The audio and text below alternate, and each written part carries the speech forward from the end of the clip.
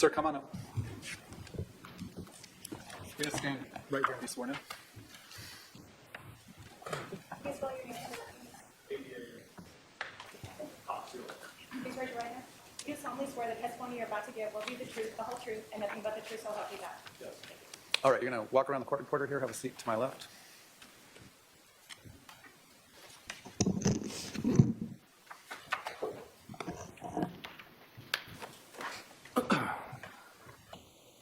Sir, would you please introduce yourself to the jury?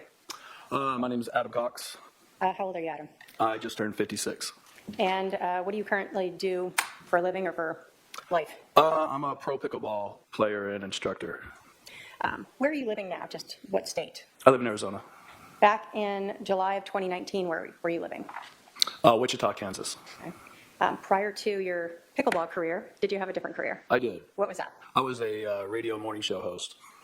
Okay. Is that why you were in Wichita? Yes. Did that make you travel a lot? Yes. So I want to talk to you about your family first, okay? Okay. Where did you grow up? I grew up in Southern California. Okay. Do you have any siblings? Yes. How many? 5. Or And- 4 siblings. Can you tell us the names of the 5 siblings you had growing up? Stacy, Alex, Lori, and Summer. For Alex, did people refer to him as Al sometimes? Yes. And for Summer, did people call her Sum? Yes. Were your sisters Lori and Summer close? Yes. I want to ask you about another family member. Back in 2019, Melanie Boudreau. How is she related to your family? Melanie is my oldest sister, Stacy's daughter, so she's my niece. And was your sister Lori close with Melanie? Yes. Do you see your sister Lori in the courtroom today? Yes. Can you point her out and tell us what she's wearing? She's sitting there wearing black blazer. May the record reflect the witnesses identified the defendant. Good job. In July of 2019, was your sister married? Yes. Who was she married to? Charles Vallow. And so in July of 2019, was your sister known as Lori Vallow? Yes. Do you know approximately how long Lori and Charles were married? I think over 10 years. Okay.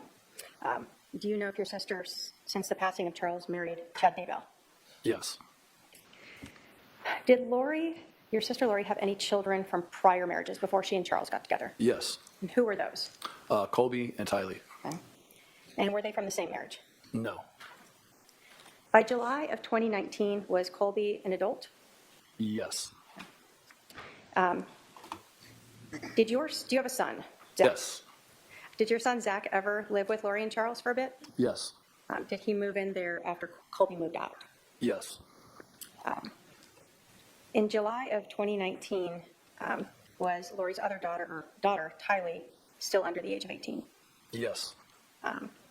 Do you know whether or not Charles helped raise Colby and Tylee? Yes. Did you know if Charles had any children from prior marriage? Yes. Do you know how many children he had from a prior marriage? I think 2. Okay. And do you know if either of those 2 children lived with Lori or Charles? Visited. I don't know if they ever lived there. Okay.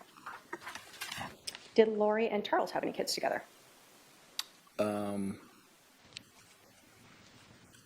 JJ? Was JJ adopted? Okay. So did they adopt him together? Yes. Okay. So in 2019, did Lori and Charles have just JJ and Tylee as their kids living with them? Yes. Did Lori and Charles always live in Arizona? No. Where else did you know them to live? Texas and Hawaii. Okay. We had talked about your brother Alex, or Al. Were you close with your brother Alex? Somewhat. Do you know where Alex was living in July of 2019? What state? Arizona. And can you describe your brother Alex's relationship with your sister Lori? Were they close?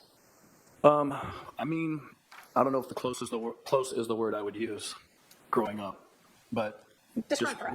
normal brother-sister relationship, I guess. As they became adults, did they continue to be close, or what do you recall of their relationship? Yeah, over the last, I guess 4 or 5 years. The last 4 or 5 years between them was what? They were closer, they were close for like a year and a half, is what I remember. Before this happened? Yeah, they became oddly close for a while. How about the relationship between Charles and Alex? Do you recall what that was like? Just a normal brother-in-law relationship, I guess.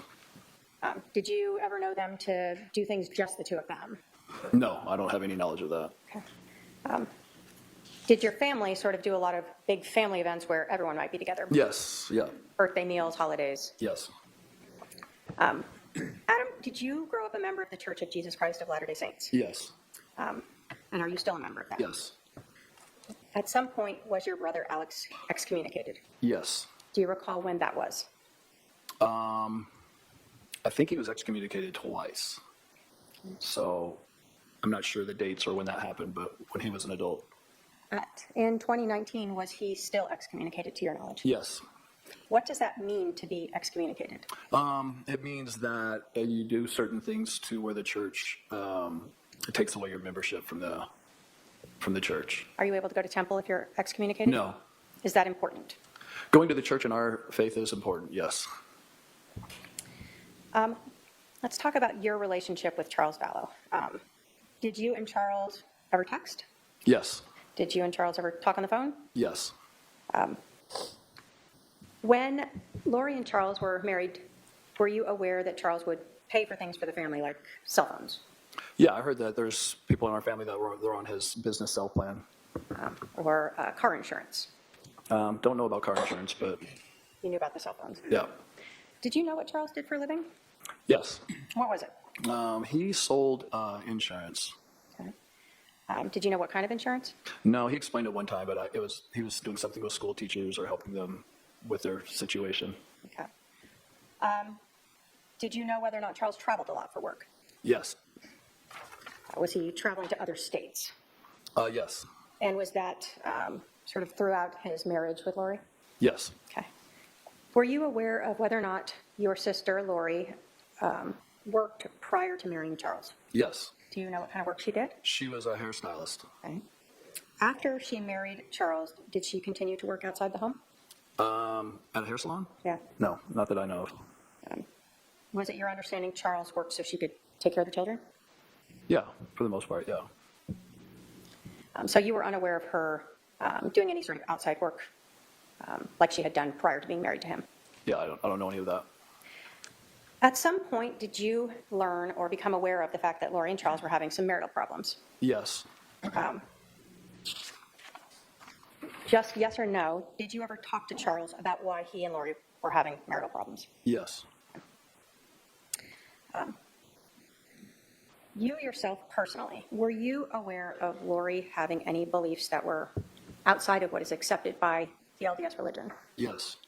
Can you tell us what you were aware of that you knew to be outside the LDS religion? Lori told me that she was in the process of translating from a mortal human being to an immortal human being, a celestial state.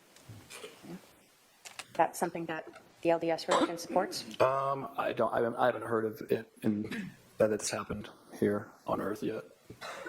Did you ever hear her talking about being married to someone that is relevant in your religion? Yes, I have heard that. Did she tell that to you?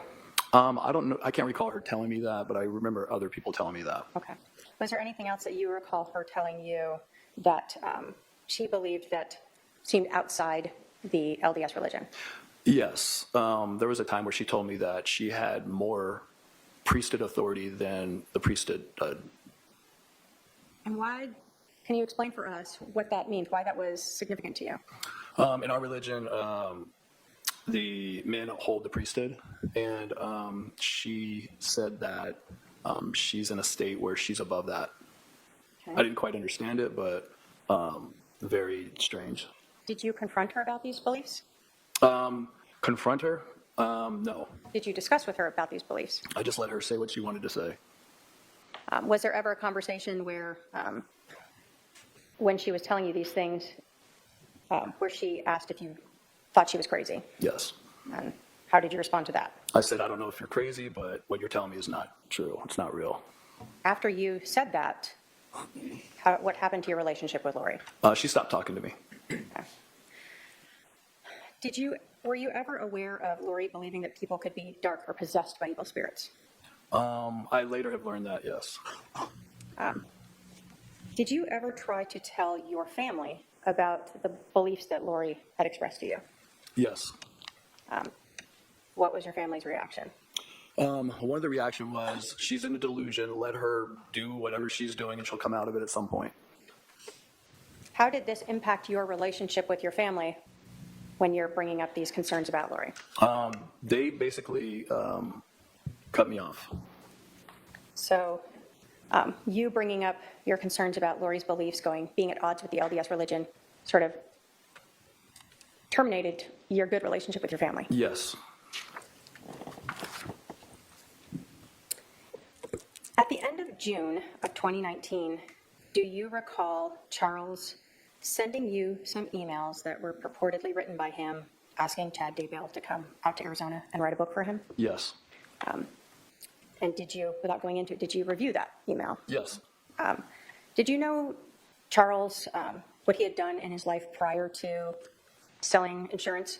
Yeah, I know that he played minor league baseball.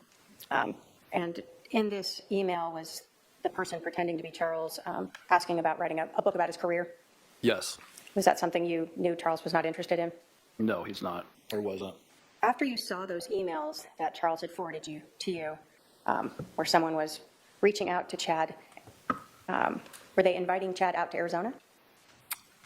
Yes. After reading that and getting that forward and talking with Charles, did you believe that Lori was having an affair with Chad Daybell? Yes. Did you and Charles spend time talking about that? Yes.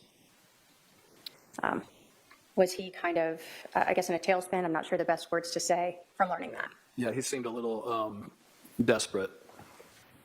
Did Charles have some idea on how he thought he might be able to get Lori back into the LDS faith? Yes. What did you understand that to be? Charles just thought that Lori was going overboard and that she was going to the temple like 5 times a week, and that's not normal in our religion, and that she was going a little off the wall. So he figured that if she got her temple recommend taken away from her, that she would come back to normal, who she was before she started in all this things that she was believing. Now, you told us that you had heard yourself some ideas by Lori that were outside the LDS religion. Did Charles also tell you about other things that she had told him? Yes. Okay.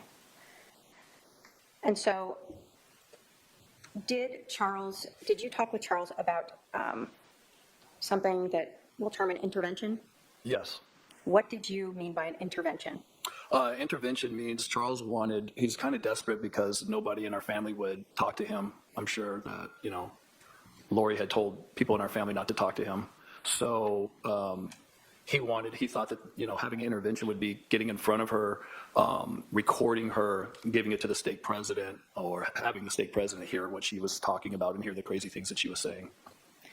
So the intervention was part of the way to try to get her to come back to the mainstream LDS beliefs. Yes. Did Charles ask you to help him with this intervention? Yes, he did. Did you guys have a specific plan, like on X date at X time, we're going to do this? No. Had you talked to Charles about potentially going to Lori's and recording her on your phone? Yes. Did you talk to Charles and text him about another idea of having a family dinner and again recording her so that you could play that for the stake president? Yes. We're using a term there, stake president. Who is that? What is that in your religion? Well, in our religion, we have our churches organized to where we have wards, and then there are 4 or 5 wards that are in a stake, and then there's a president of the stake, and so it's somebody who's in charge of everybody in the stake. Okay. So someone that's pretty high up in the church. Yes, yeah. And so the idea was to bring any of these recordings to show she's saying these things to his attention. Yes. And again, the point of that whole was to just try to take away her temple recommend. Yes. So on July 9th of 2019, did Charles talk to you about him flying you out so that you can help him with this intervention? Yes, he did. And did he offer to purchase your flight Yes. to bring you to Arizona? Yes. At that time, did your parents live here in Arizona? Yes, they did. At that time, was Lori here in Arizona? Yes, she was. And you told us your brother Alex was living here as well at that time? Yes. Was your sister Summer also living here at that time? Yes. And After Charles purchased your tickets, did you reach out to anyone in your family to ask if you could stay with them? Yes. Who did you reach out to? Alex, my brother. And did he offer to let you stay with him? Yes, he did. Were you supposed to fly in on the next day, July 10th? Yes. So your understanding was when you flew in on the 10th, you'd reach out to Alex and you'd spend the night there. Yes. Did you end up staying with him? No, I did not. So when you landed in Phoenix on July 10th of 2019, do you recall what time of the day it was approximately? Sometime around lunch. Okay. And did you reach out to Alex? Yes, I texted him as soon as I landed. Did you get a text response back? No, I did not. Was that unusual? Yes. So he's expecting you, right? Yes. Did you try calling him? Yes, I did. Did he answer your phone? No, he did not. Again, was that unusual to you? Yes. Did you think anything was odd at that time? Yeah, at first I was like, he can't be that busy. He knows I'm coming. Did Alex ever respond to you on the 10th? No. So he ghosted you. Yes. What did you think when you didn't hear back from Alex? I just thought it was very strange and bizarre. Okay. So you were supposed to be staying at Alex's. When you talked to him on the 9th, did Alex ever text you between when you guys talked and when you landed saying, oh, I'm going to go stay at Lori's? No. Did Alex ever call or text you and tell you, I can't have you stay with me. I know I initially said okay, but not anymore? No. So he just ignored you. Yes. Where'd you end up staying? My mom and dad's house. Okay. On July 10th, did you understand Charles was also flying into Phoenix? Yes. Did you see Charles on the 10th? No, I did not. Did you see your sister Lori on the 10th? No, I did not. So you told us you stayed with your parents. What did you do on the 10th? They picked me up and we went to lunch. And then we just, I think, hung out at the house. You said your son Zach lived here at the time? Yes. Who was he living with at that time? I think he was living with my mom and dad. Okay. So although you didn't talk with Charles on the 10th, did you have an understanding of what he was going to do the morning of the 11th? Yes. What was that? He was going to go pick up JJ, his son. It was his turn to, I guess, have him for a few days or whatever. Were Charles and JJ really close? Yes. So the morning of July 11th, you were not expecting to get together with Charles at 7 in the morning, right? No. Did you get a text message from Charles? Yes, I did. And did you learn where Alex was? Yes, I did. Where did you learn Alex was? Alex was at Lori's house. When you learned this, was Charles texting you sort of in real time as he is coming to the house, Yes. explaining to you what he's seeing and what's going on? Yes. And are you responding back to him? Yes.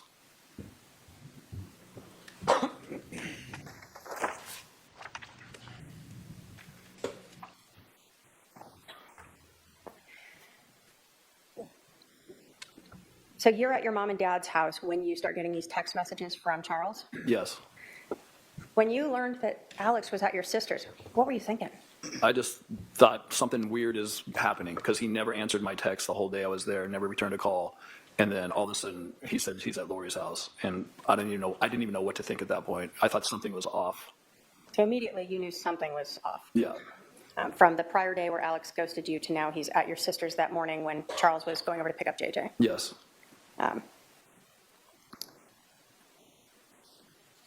Were you concerned that Alex was at your sister's house? A little concerning, yes.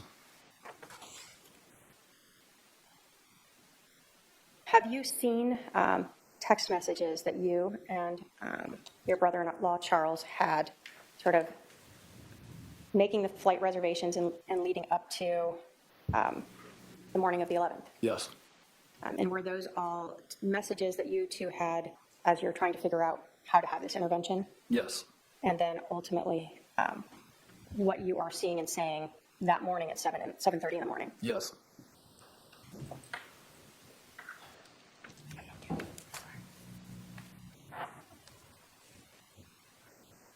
And you're shown defendant exhibit 210, if I can have a fairly low approach with that. Right.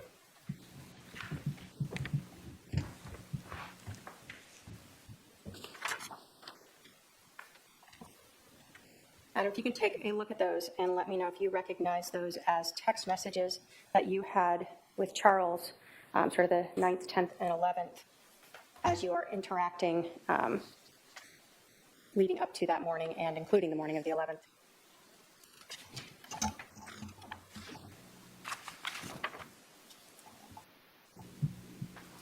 Yes. Your Honor, the state will move to admit Exhibit 210 pursuant to 8031 as present sense impressions. Yes, Your Honor, we object. In lieu of that is a report and not the full extraction. All right, well, may I see that particular objection wouldn't prohibit admission, it would go toward weight, but give me a second here.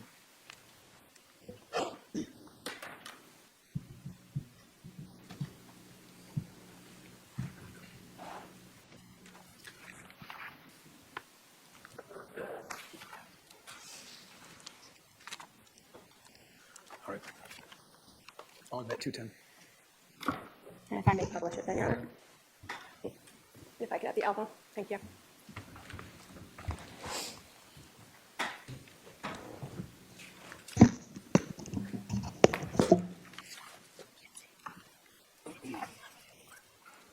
Madam, I'm going to start sort of going back to, in Exhibit 210, the conversations that you and Charles were having as you're trying to come up with a way to have this intervention, all right? So you learned that Charles was reaching out.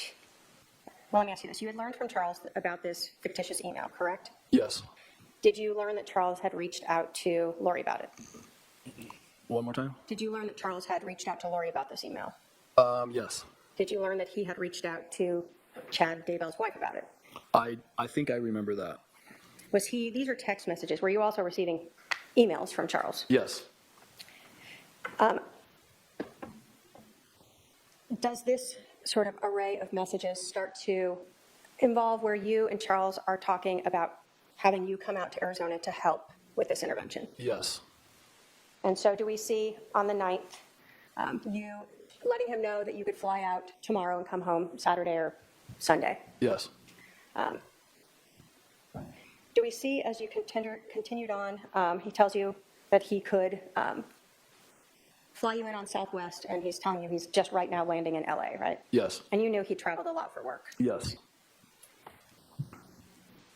When we get to the 9th at 9:11 a.m., did you get a message from Charles about how you were going to get everyone together without Lori knowing that you're going to have this intervention? Yes.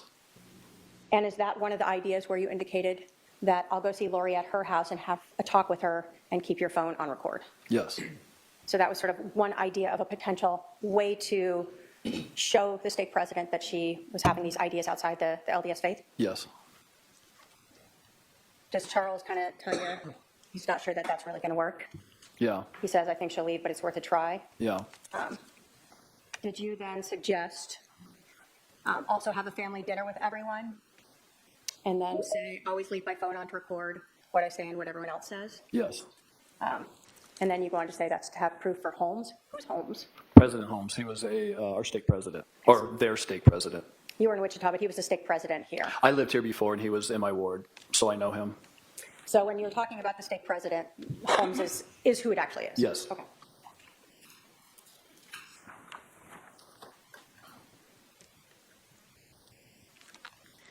On the 9th, does Charles tell you that, got it, but honestly, if you, Zach, Brandon, and me go to him, that should be enough? She will feel like we ambushed her, but something has to be done. She'll be real careful what she says. But had you brought Brandon into this yet? Like, did you have a plan to have him come with you? No, but Brandon played basketball with us on that night. So me and Zach and Brandon played basketball where President Holmes played basketball at a church. So that was that reference. Okay. So you thought, if we go to the church, Brandon will be there and he can help you Yeah, talk about say this. that, yeah. Okay. But Brandon's not part of this conversation right here, right? No. Then does it kind of go back to Charles asking for your information so he can make your flight reservations? Yes. Okay.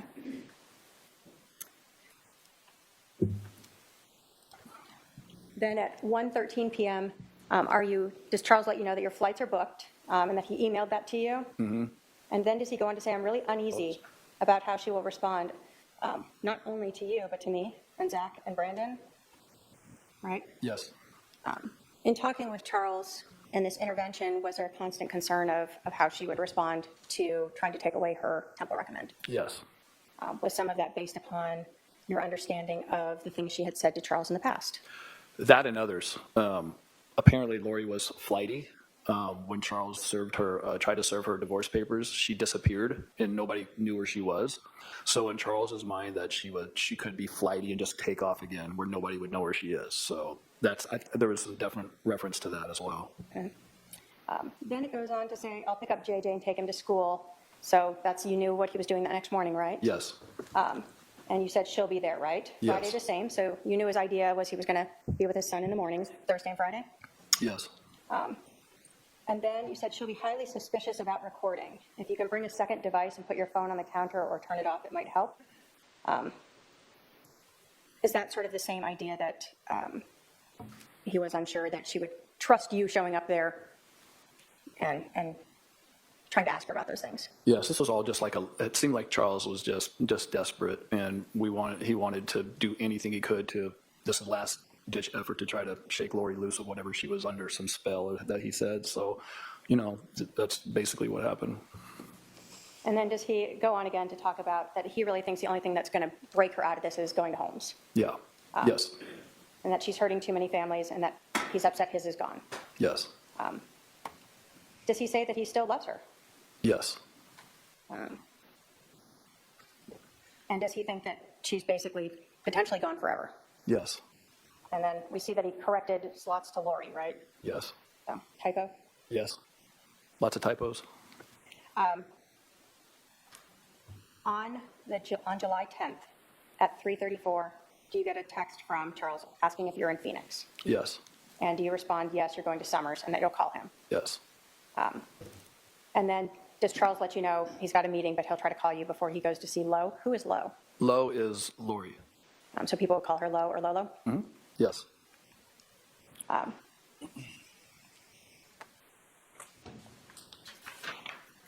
Do you remember if you talked to Charles on the 10th?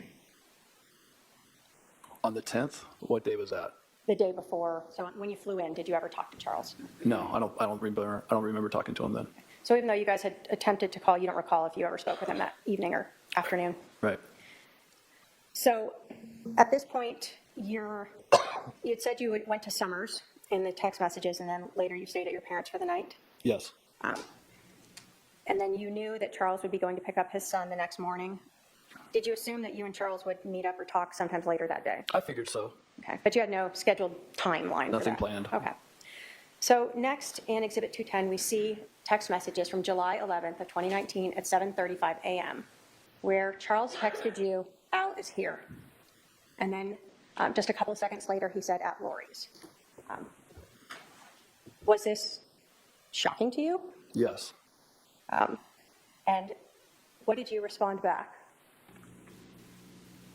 Did you say, really, I wonder why he never called me back? Yes. And then we see that you wrote at 7:36 and 28 seconds, they are planning something. Why did you write that? Because Alex not answering his phone the whole day and me calling him and texting him, not knowing where he's at, knowing my family said they heard from him or knew where he was, all that is very suspicious to me. And then Alex being at Lori's house that morning felt like something was really off. So when you told Charles they're planning something, Charles responded back, absolutely. Did you then let him know that you were supposed to spend the night at Alex's house? She probably blocked that. Yes. Did Charles respond to you, what you do is up to you? Yes. So were you kind of upset at your brother for telling you you could stay with him and then ghosting you, ignoring you? Yes. Were you upset at him for being at Lori's house when Charles was going there just to pick up JJ? Yes. Did you then text him, I'm going to put the pressure on to have him come get me right now, see what he says? Yes. Did you in fact text your brother? Yes. Did he respond back? No. As we're going along here, we see that each of these are being read sort of in this short period of time, these couple minutes that Charles is here as he's driving in. After you texted Charles about putting the pressure on to have him come get me right now, did you then say, okay, to Charles. Yes.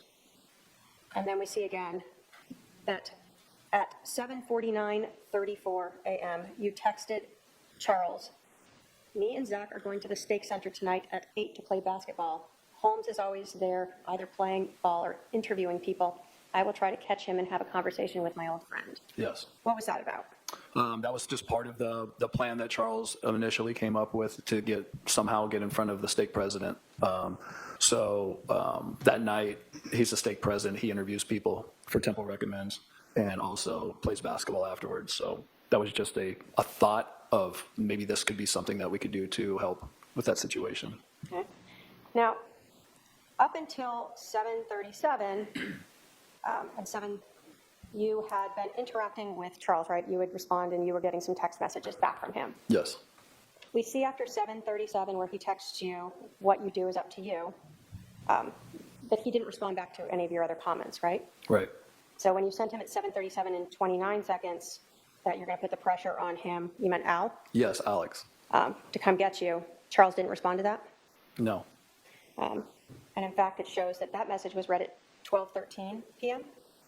versus the earlier messages that were read sort of right in time. Mm-hmm.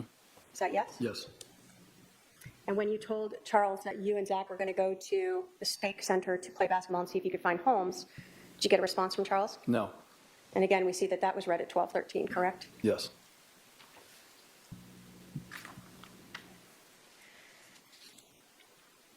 Did you go talk with Holmes that night? I went to go play basketball, but he wasn't there. Was it just you and Zach? Yes. During the day of July 11th, at any time, did you learn that Charles Vallow had been shot? No. So Lori did not call you and tell you that Charles had been shot? No. Alex didn't call you to tell you that he'd shot your brother-in-law? No. Anyone in your family talk to you about it? Nope. How about the next day, Friday, July 11th? Did Lori tell you Charles had been shot? No. Alex contact you to tell you that he'd shot Charles? No. Anyone in your family talk to you about that? No. Did you decide to go visit a friend in Tucson on Saturday the 13th now? Yes. What were you going down there for? Going to see my friend Eric. And did anyone come with you? Yes, Zach did, my son. Okay. When you went down there, did you talk with Eric about what's going on? Yeah, I just thought it was really fishy that I haven't heard from Charles. I didn't know if he took JJ and just was having one-on-one time with JJ. I didn't know if Lori and him were getting back together and Lori told him not to talk to me. My mind was spinning. Like, I had no clue what was going on. Had you talked to any of your family about it? Were you still keeping that intervention thing secret from them? At that point? No, at that point, but I think nobody had heard from, I asked if anybody had heard from Alex, and nobody said that they heard from Alex in my family. But at that point, I was there spending time with my son, Zach, also to help Charles with what he wanted to try to get an intervention with Lori, and also to see my friend Eric, because I live in Wichita, so I was trying to do 3 things at one time on my short visit. So on the 11th or 12th, though, were you still keeping that sort of secret that you and Charles had been wanting to do an intervention on Lori? Yes. You weren't telling your family, like, I don't know why we're not doing this? Charles asked me not to tell anybody. And was that actually sort of a message you guys had talked about of who in your family might prevent any type of intervention? Yes. And who in your family were you guys concerned with if they learned about the intervention might try to stop it? Mom and Dad, Summer. Alex, too? Alex, yes. So even though you're here and you're seeing your family and you're seeing your son, you don't want to tell them a lot about Charles because you're trying to still keep that quiet in case he does want to go forward with it. Exactly, yes. So you're in Tucson and you start talking to your friend about Charles. Yes. Do you learn at some point that Charles has been killed? Yes. I was talking with Eric saying something doesn't feel right. I haven't heard from Charles, and usually he would text me or send me a message or something. And then Eric asked me, he goes, well, what's his last name? And I said, Vallow. And he was on his computer, and he just Googled Charles Vallow. And he said it popped up that he's been killed by his brother-in-law. So you learn this. What is going through your mind now? Just everything, chaos. I just knot in my stomach. Just probably one of the worst feelings I've ever felt in my life. Obviously, you had been concerned that something was being planned when you told Charles that on the morning of the 11th, right? but Well, not that. Not that, but yeah, it felt like something was off that why Alex would be at Lori's house that morning. Did you know your brother Alex to carry guns with him? Yes. Did he regularly go shooting with guns? Yes. Prior to Charles being shot and killed, did you ever tell Lori that you were going to be trying to do this intervention with her? No. Prior to Charles being shot, did you ever tell Alex, hey, I'm going to stay with you, but we're trying to do an intervention with Lori? No. What about your parents? Did you ever tell them you were going to try to do an intervention? No. Your sister Summer? No. So if your sister told detectives a couple hours after Charles was shot that she was confronting Charles about you and Charles talking and texting, it wasn't something that you told her about? No. You told us that you are LDS. Have you ever taught Sunday school? Yes. Can you tell us about the story of Nephi? Nephi? Well, Nephi was a prophet in the Book of Mormon. It's the first chapter. He was a prophet, very humble and faithful servant of the Lord. Ironically enough, his brothers tried to kill him at one point. But he actually ended up going to Jerusalem to get these plates back. And he was run off, came back, and then went back again because the Lord asked him to. And when he did, the King Laban, who was actually a wicked king, was laying on the ground drunk in front of him.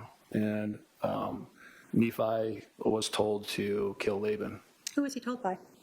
The spirit, or, God. So God was using a Holy Spirit to tell him to kill Laban, and Yes. did he? Yes, he did. Was that something he anguished over? Yes. But ultimately, it was a justified killing. Yes. So was the concept that it was better for Nephi to kill this one evil man and sort of benefit the nation and his descendants? Yes. Were you aware that that your sister had told people that Charles was possessed by evil spirits? Yes. Were you aware that your sister had told people that your brother-in-law Charles was dark? Objection. Calls for hearsay. It's whether or not he was aware of it. Whether Yes or he's no? aware, he can answer yes or no. Yes.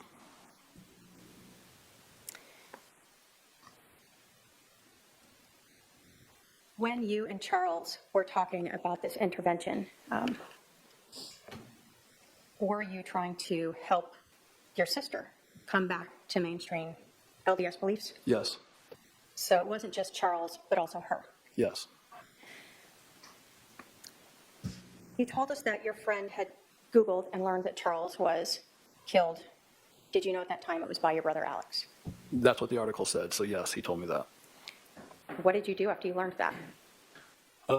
Freaked out for a little bit, cried, didn't know what to do, thought my world was coming apart. Then I got angry a little bit, and then called I think my first thing I did was called Kay, who's Charles's sister, and asked her, because she's the only one that I felt safe calling after knowing my family was involved in this or thinking of this, that I asked her if she knew that Charles was dead, and she said she just learned of it too. Did you learn from your friend when? Because it's now the 13th when you learned this, right? Yes. Did you learn when that happened? Yes, I did. So you knew on that Saturday, the 13th, that Charles had been killed that morning Yes. of July 11th. Yes. Did you ever come back to Phoenix and confront anyone in your family about this or talk to them about it? Yes. After I talked to Kay, then I called my mom and asked her if she knew that Charles was dead. And she said yes. And I said, what's going on? And she said, you tell me what's going on. And at that point, I thought that was bizarre that she would say that. So I said, well, we need to sit down and talk. And she said, yes, we do. And so me and Zach got in the car and drove back to Phoenix. Did you go to your mom's house? Yes, I did. Did that conversation go well? No. Did this create a break in your relationship with your mom? Yes. Did you stick up for Charles? Yes. Did sticking up for Charles create issues between you and most of your family? Yes. Did you continue to stick up for Charles even with that happening? Yes. After you had that argument with your mom, what did you do? Me and Zach left her house, and we were staying at Summer's house, my sister, who was away on vacation. And we were staying at her house, and we went back to her house. We were watching her dog. You were supposed to leave the next morning, Sunday, to go back to Wichita. Did you return back home? Yes, we did. Did your son go with you this time? Yes, he did. After this whole incident happened, did you not talk with your family for a long time? Yes. Did it cause a lot of friction in your family? Yes. Have you started to try to talk with your family some? Yes. I have no other questions, Your Honor. Cross?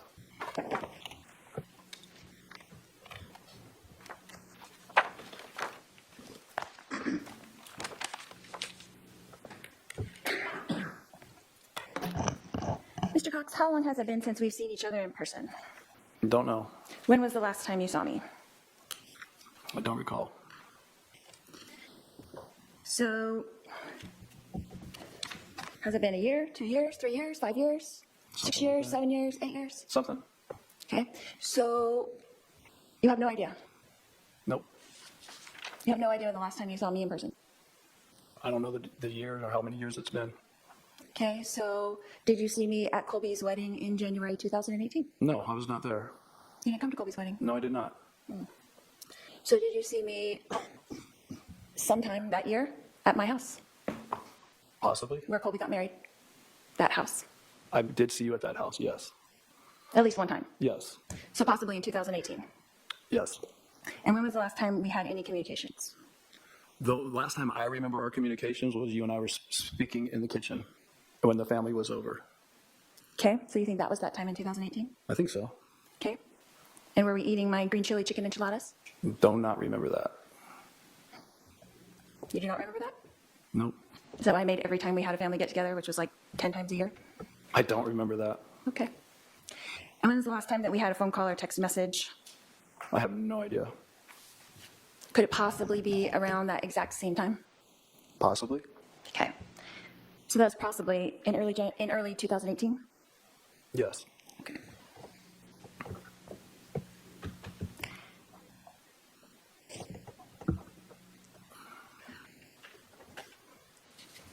Who do you think initiated the final communication in our relationship? Who concluded it? Yeah. I don't know. So right now it's 2025, is that correct? Yes. And so we haven't spoken in about 8 years? Would that be correct? It's probably 7 or 8 years. Okay. So would you say up until that point that how often would we communicate before that? Before what? Before 2018? Probably on a regular basis. Once a month, twice a month, 3 times a month. Like a call or a text message? Yes. Just keeping in touch? Yes.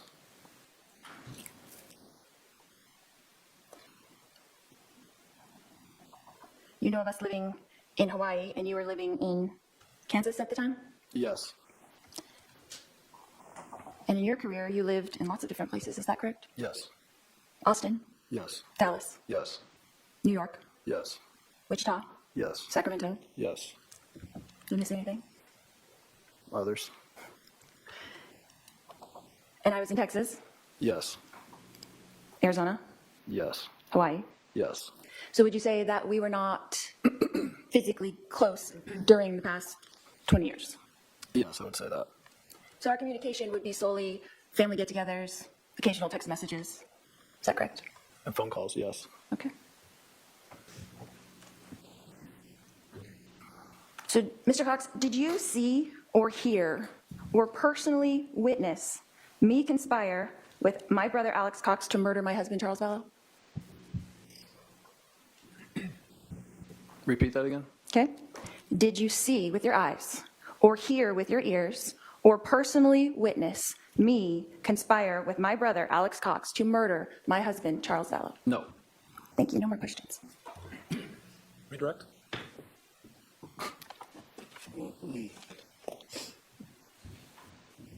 Have you talked to your sister since Charles was shot and killed?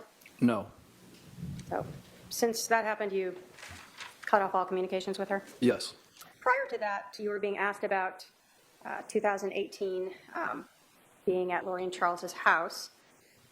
Was that the time where Lori told you she was becoming a celestial being? Yes.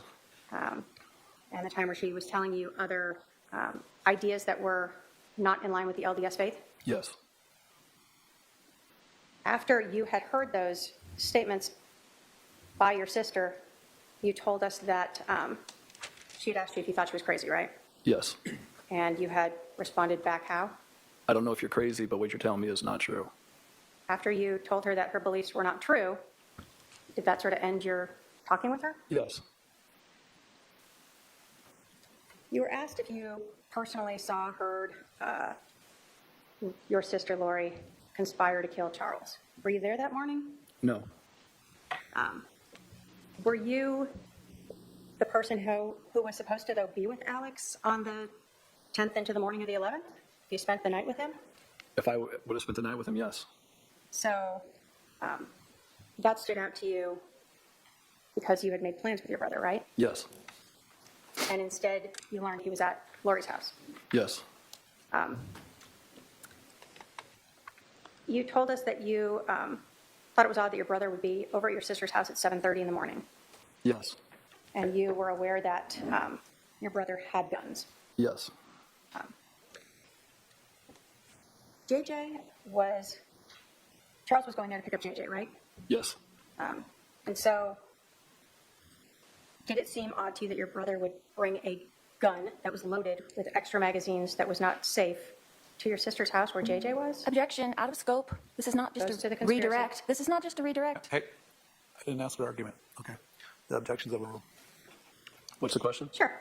Did it stand out to you that your brother, who knew JJ, would bring a loaded gun and extra ammunition to the house where JJ was running around? Well, I didn't know at the time. Yeah. You're saying afterwards? Yeah, you learned afterwards your brother killed him, right? Yes. And when we're talking about this conspiracy and things that are going on, did that seem odd to you that your brother would bring a loaded gun and extra ammunition in an unsafe way to a house where your sister's son, JJ, lived? Yeah, it seems extreme. When you were talking to your family after this happened, did you actually tell them that you believed that Lori and Alex had conspired to kill Charles? Yes. Why was that? Because Lori had told people that Charles was no longer living, that some guy named Ned was inside of his body, that there was a zombie living inside of him. And Alex didn't respond to any of my text messages when I was supposed to be with him. And he was at that house that morning. Lori talking crazy about how she's a translated being. All these things all added up into that moment and that morning. Once I found out on Saturday that Charles was shot and killed, no doubt in my mind that they killed him. That's a feeling that I got. And you told your family that? Yes. No other questions? The last line of questioning from the possession of the gun on, I think the defendant's right, was technically beyond the scope of her cross. So based on that, I'll allow the defendant, if she wants to recross on those issues, if she elects to, may do so now.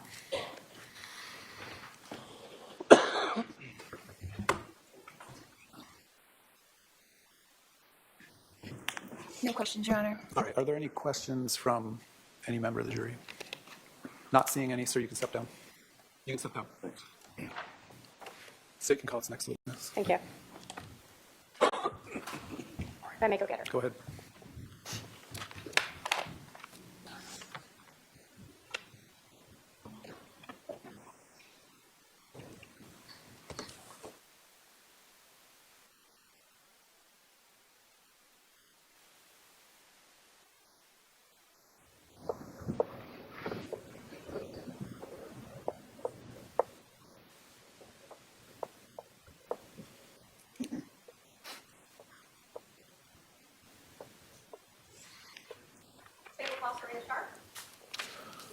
All right, you're going to come right up here.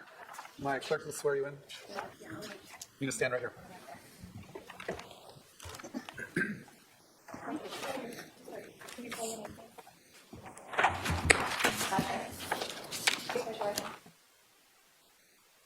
Will be the truth, the whole truth, and nothing but the truth, so help you God. You're going to walk around the court reporter here and have a seat just to my left.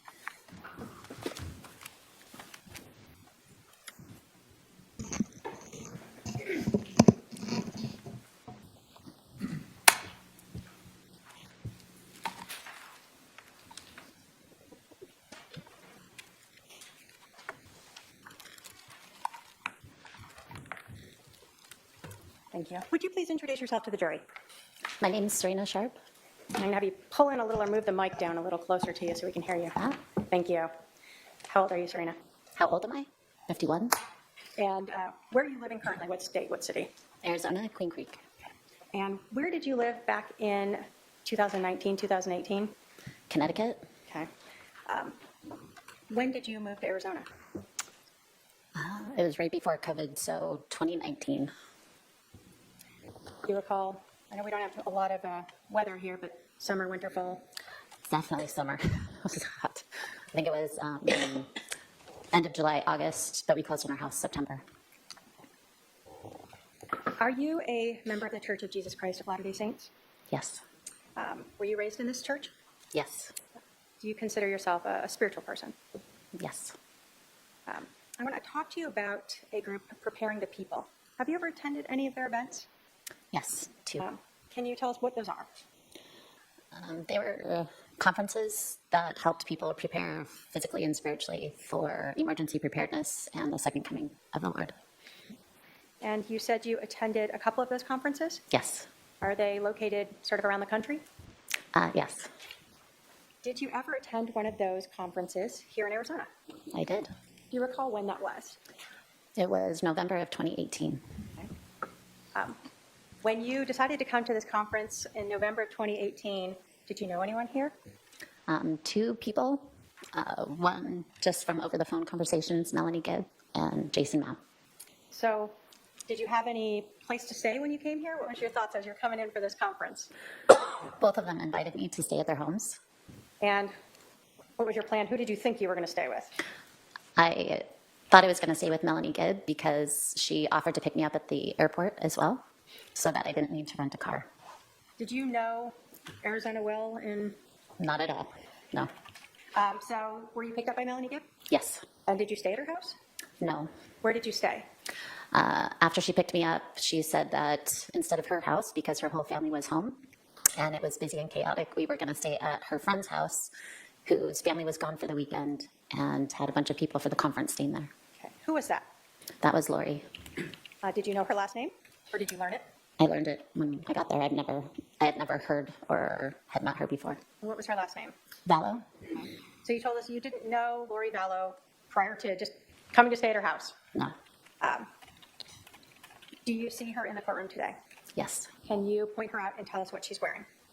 She's right there with glasses on and blonde hair and a black jacket. Your Honor, may the record reflect the witnesses identified the defendant. It shall. Do you recall who else was staying at Lori's house that weekend? There was a lot of people, and I was meeting everybody for the first time, so I don't recall everybody, but I do know Lori was there and Melanie was there. Did you ever meet Chad Daybell? Yes, he was there as well. Was that the first time you met him? Yes. So during this event, are you going between Lori's home and to a location where the conference is at? Correct. Okay. And did you ever talk with Chad Daybell outside of, did you ever talk with him that weekend? Yes. Okay. Did you ever talk with him after that November 2018 conference here in Arizona? Yes. When else did you see or talk with him? I saw him at another Preparing a People conference in February. So that's 2019 now? Yes. After the November one. Correct. Where was that one? That was in Idaho. And did you ever contemplate moving to Idaho? Yes. Did you ever meet with him in Idaho did you learn he lived there? Yeah. When did I learn? Did you learn that he lived in Idaho? Yes. And did you ever, in fact, meet with him in Idaho to kind of talk about possibly moving there? Yes, I was actually house hunting with a realtor and in the city that he lived, so we connected for a few minutes. What city was that? Rexburg. Did you know if Chad was married at that time? Yes. Okay. When you were staying at Lori's house in Phoenix in November of 2018, did you understand her to be married? Yes. At that time, did you have any idea that Lori and Chad were having an affair? No idea. After you met Lori at this and stayed at her house, did you have any more conversations with her, texts or phone calls? Yes. Were you ever invited back out to Arizona? Yes. When was that? That was in March of 2019 for a girls' weekend. What was the girls' weekend going to be? It was a few girls coming together for a girls' weekend, so Whose house? Where was it going to be? that was at Zulema's house. And I think, from my memory, she's the one who invited me and started that girls' weekend idea. Had you met Zulema before? Yes. Where did you met her? I met, it's vague, but I think I met her at the first Preparing a People conference I came to, which was the November 2018 here in Arizona. Okay. And had you talked with her as well between that November time and when you came out in March? Yes. Who else was part of this girls' weekend that you recall? It was Lori and Melanie Gibb, Zulema, Christina, Nicole, and myself. I think that's it. Now, were all of you women members of the LDS Church? Yes. During this time, did Lori ever tell you things about her beliefs that seemed to go against what you understood or what you were taught through the LDS Church? Yes. Did Lori ever tell you that she did not need to repent? Yes, she did. What does repenting mean? Repenting means turning to God and confessing our sins and repairing our relationship with Him so that He can take on our sins for us and we can become better people through Him and seek His forgiveness. Do you recall what Lori told you about not needing to repent anymore? What I remember is she's had a couple of verses in the Bible that she pulled out and read and then said, I believe something to the effect of, I believe we don't need to repent anymore. Did that stand out to you? Oh, yes. Yeah. Was that was concerning shocking. to you? Pardon? Was that concerning to you? Very. I think you just said you were shocked by it. Yes. It was that against your religion. Correct. Did she ever express to you and this group that all of you might not need to repent? I don't remember the specifics of it. If she was trying to apply that to us or just to her, I don't remember. I just remember she said we, or generally, I don't remember the specific words she used, but that there was not a need for repentance anymore. Do you recall, have you been interviewed by the police a couple different times? Yes. Do you recall being interviewed in April of 2021? That was the Chandler Police At the Department? police department instead of at your home? Do you recall saying to the detectives then that she said, we don't need to repent anymore, we've come to that stage? And then you were asked when she said we, was she talking about like her and Chad or all you guys? And you said she was trying to get all of us to believe that. Do you recall saying that?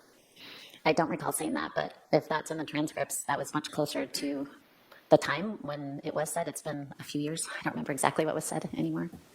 So your memory back then would have been better than now? For sure.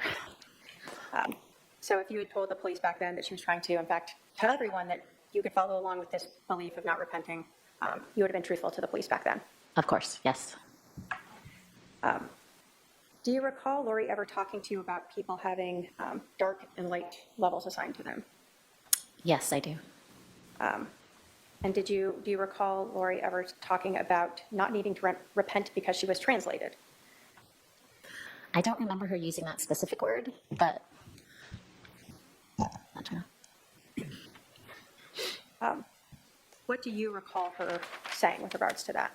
I remember her talking about changing physically and spiritually. Those are the two I remember. And by changing physically, what do you recall of that? Just being filled with more light and knowledge so that we could become closer to God. So is that sort of the same as when we're talking about being translated? Yes. I just don't remember her saying that specific word. Okay, so the concept was the same, whether or not she said that word, you don't recall now. Correct.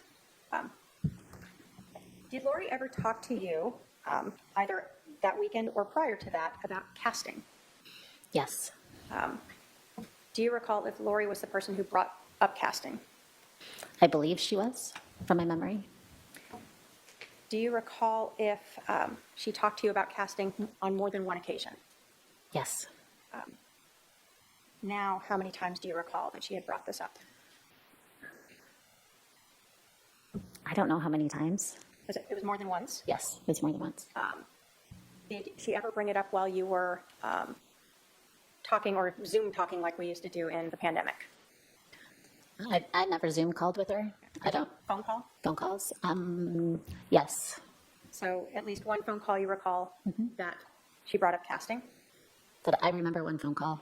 There might have been others. I just don't remember. So was that phone call, to the best of your memory, before this girls' weekend in March of 2019? From my memory, I think it was after. But So then let's talk about the weekend of March, the girls' weekend in March of 2019. Okay. Did Lori bring up casting there? yes, she did. And the other time when Lori had talked about casting, whether it was before or after, was this to sort of cleanse society, sort of a generic, I don't want to say generic, but to try to cleanse evil from an area or a population, not a specific person? Yes, it was like generally a cleanse or casting out evil. Have you on your own sort of prayed to get rid of evil? Yes, I have. Is that sort of a personal casting that you've done? If we want to term it that way. Yeah, I wouldn't term it that way, but yes. Okay. Would you just term it as you're praying for the better of the world? Praying and or casting out evil? Yes, in the name of Jesus Christ. But you said you had never used casting as a term before. No. Okay. So Lori was the one using this word casting. I don't recall her using that word. I think she was also saying casting out from my memory. So casting out. When you met up on this girls' I'm sorry, weekend, was the last answer a yes? this was the first, I guess, Lori was the one using the term casting out. Yes. On this March girls' weekend trip, do you recall having Lori ask everyone to help cast out as to a specific person? Yes. Can you tell us who that was? It was her husband, Charles. Had you ever met Charles before? Vague memory, but it was a quick, I think, meet as I was leaving Arizona for the Preparing a People conference in November. I was going to the airport, and I think he was coming in at the same time. Again, it was pretty chaotic, Yeah.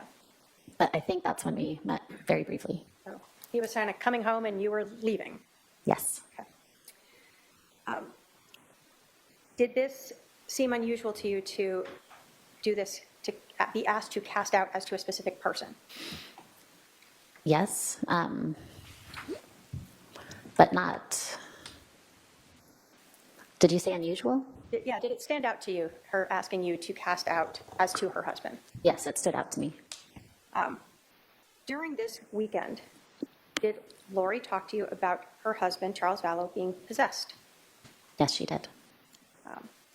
What do you recall about her talking about her husband being possessed? I recall that she spoke about her husband being possessed by an evil spirit, and she named the evil spirit. Do you recall what the name was? Yes, What was it? it was Ned. N-E-D? Ned? N-E-D. When you heard this, did that stand out to you as well? Very much, yes. Very unusual. Are you someone who questions things, or Yeah. do you just go with the flow? I question things. So you're hearing these things from Lori that are standing out to you, some of them very against your religious beliefs. Are you starting to ask about some of these things? Yes, I remember I was asking a lot of questions about the repentance thing she brought up, and I remember asking and talking to some of the other ladies about the casting out in a group setting before, or stuff like that. Do you recall Lori Vallow telling you that her husband Charles was no longer Charles? that he was now this possessed person. Yes. When Lori was talking to you about Ned, was she explaining that this evil spirit was now in the body of her husband? I don't know if she used those exact terms, but that was the impression I got, yes. So the word she used expressed to you that idea that this evil spirit Ned was now in her husband's body. Yes.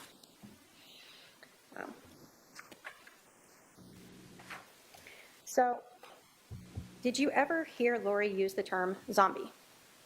I did. Is that another thing that kind of stuck out to you? Very much. In listening to Lori, did zombie sort of did you understand that to mean someone whose body was possessed by an evil spirit? Prior to this, I thought zombie was like a Hollywood thing, but she tried to relate the zombie and correlate that to the evil spirit that was inside of somebody. Like her husband? Like her husband, yes.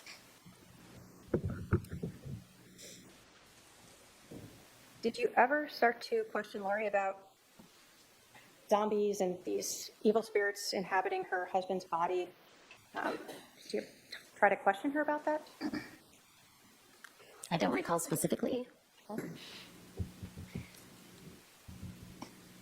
When you started questioning her, at least about repenting that you recall, did you see a difference in how you were treated? Soon after that girls' weekend, yes. So let's talk about the group casting. What happened? What did you guys do for this group casting for her husband, Charles? All the ladies came together, and we were all in the same room just talking, and I remember coming together. I don't remember if we were standing or sitting, but I remember Lori started and asked for this help for her husband because she needed to cast out this evil spirit, and she asked to just go around the room and each of us take turns casting out to see if we could get rid of this evil spirit within him. Ned. Ned. And this was the first time you'd ever had anyone ask you to be part of some group to cast out, Yes. and a group to cast out an evil spirit as to a specific person. I've never done that in a group setting before. Never even heard of that before. After this weekend, let me ask you, how many days do you recall that you were here? For which? That March? That March? Yeah. Just a couple days. I don't recall how many. Just a couple days, though. Okay. So Like a weekend, maybe? just the weekend type of thing. Approximately. During that time, do you recall just the one evening where Lori had asked you and the other women to cast out this evil spirit and her husband? Was there just one incident that weekend that you recall?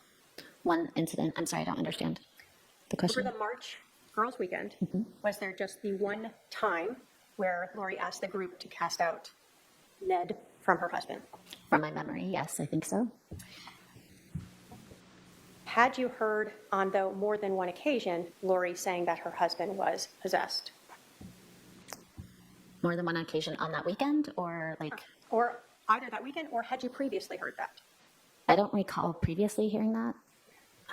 And I don't remember hearing it after how many times she said that. Was it discussed throughout the weekend? I believe so. Let's go ahead and recess for lunch. We'll resume at 1:30 p.m. I'll tell the jurors to remember the admonition. The state can proceed with this. Thank you. So we were talking before lunch, and you have told us that you sort of spent 2 weekends getting to know Lori Bello, correct? Yes. That was the November of 2018 visit, With a lot of other people there, correct? Yeah. and then the March of 2019 visit, Yes, the girls' weekend. and that was a much smaller group of people. Correct. And I think you had said that as Lori started expressing some of these beliefs that went against the LDS religion, that you started sort of questioning her about this. Correct. After that, did you feel like she started pulling away or limiting her contact with you? Yes.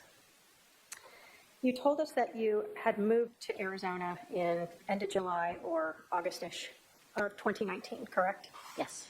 Did you ever see Lori again after you moved to Arizona? Twice more. Can you talk to us the first time that you saw her? The first time I saw her, Zulema organized a girls' lunch to welcome me, she said. And so Lori was there, and she came with Alex, her brother, and basically I said hi, and not much more than that. She sat on the other side of the restaurant, opposite of me. So, and not much contact there, but. Okay. And then what was the other contact you had with her? I can't remember how it was organized. Perhaps at that lunch, Lori invited the women over to her house to just talk. And she had just lost her husband. And I don't know if I was included by accident or how that happened. I don't remember exactly. But I did go over to her house that night because here's somebody that I knew. And she had just lost her husband, which that's a big deal. And I wanted to find out how she was doing and what was going on. Did you know anything at that time about the loss of her husband, like what had happened? I had heard vague things, but I had been across the country, so I didn't know any particulars. Do you recall who was at the house that night? Multiple women, but I actually don't remember who was there. I think Melanie Gibb was there, and then a few other ladies, but I actually don't remember who. And do you recall, was this still that same time frame of like either the end of July or the beginning of August? Yes. Can you describe for us Lori's demeanor at this meeting, this gathering at her house? I would assume, like in my estimation, it was more like stoic. I didn't see any like mourning or crying. After that contact with Lori, did you ever see her again? No, Did you know that she had moved out of state? no, not till long after she already had. Did you know that she had married Chad Daybell? No. So basically, after paying your condolences, that was sort of the end of your contact friendship with Lori Vallow? Yes, I think there might have been a few texts after that just to check up on her and see how she was doing. She had just lost her husband again, so, and I think she was trying to figure out how to move forward, and I was concerned. So, but nothing of substance. Was your interactions with her via text very limited? Yes. No other questions, Ron? Cross-examination.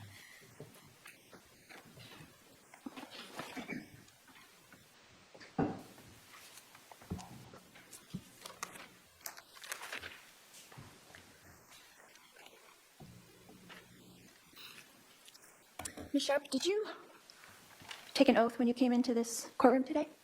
Yes, I did. Did you raise your hand? Yes, I did. Did you swear to tell the truth? Yes, I did. The whole truth? Yes. Nothing but the truth? Yes. So help you who? God. So can we agree that this court acknowledges that your testimony here today will be accountable to God? Your Honor, I don't object to the relevance of this. Sustained.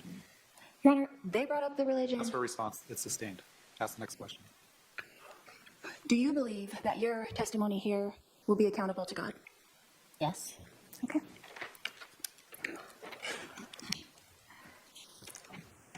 Ms. Sharp, how many times did we meet in person?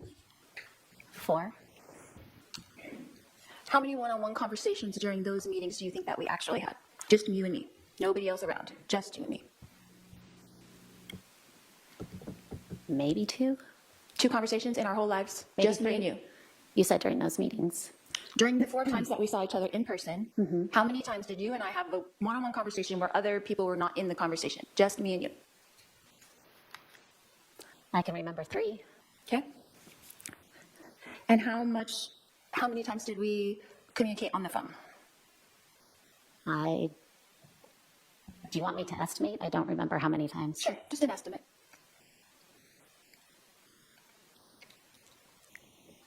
I'm not sure how to estimate that. Multiple times? Like more than 10 or less than 10? Probably more than 10. More than 20? I don't remember. Okay. And text messages, the same. How many times do you think that we conversed via text?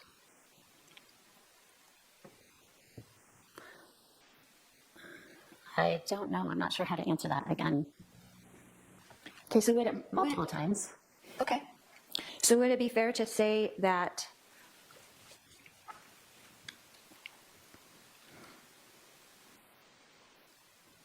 some of the things that you remember are from other people and not actually from me to you directly?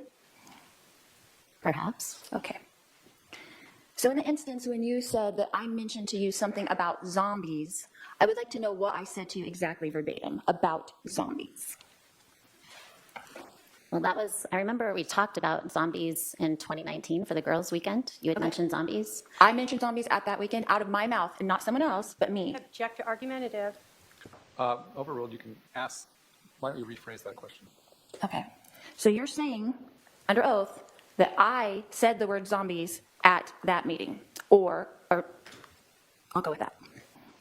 To the best of my recollection, it was that weekend during the girls' weekend, 2019.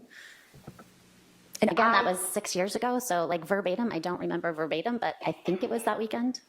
So it could have been that someone else was talking to you about zombies, but I was actually there also. Is that correct? I'm going to object that the witness has answered that question and said it was her. Overruled, she can answer. Would you mind restating, please? Is it possible that someone else said the word zombie and not me at that meeting when we were all there with the girls? It's possible, but I don't think it was. I think Okay, it then was what did I say exactly about zombies? I want to know the sentence I said to you about zombies. Hold on. Again, yes. Ask questions, okay? I make object to statements. asked and answered. So rephrase your question. What sentence did I say to you with the word zombie in it? I'm going to object to asked and answered. Technically, it has been asked and answered, but go ahead and answer. Again, I don't remember verbatim. That was, 6 years ago? So it could be possible that it really never came out of my mouth. Is that true? I'm going to object again to asked and answered now a third time. Sustained.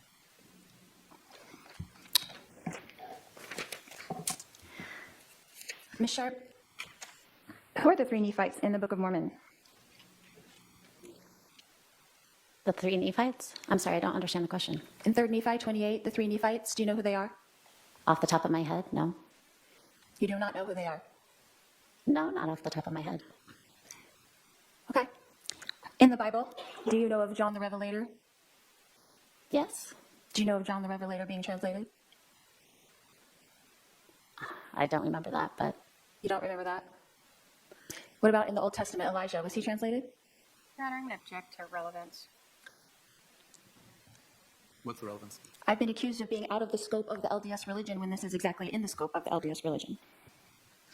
All right, I guess to the extent you're comparing yourself to these biblical figures, I'll allow it. was Elijah translated? Yes, I believe so. Okay. But you don't know that John the Revelator was translated as well? I can't remember. And then the three Nephites in the Book of Mormon, they're translated as well? No, there were 3. You asked me their names. I don't remember their I names. wasn't asking their names. I said, do you know who they are? As in, are you aware of them? I'm sorry. I'll be more specific.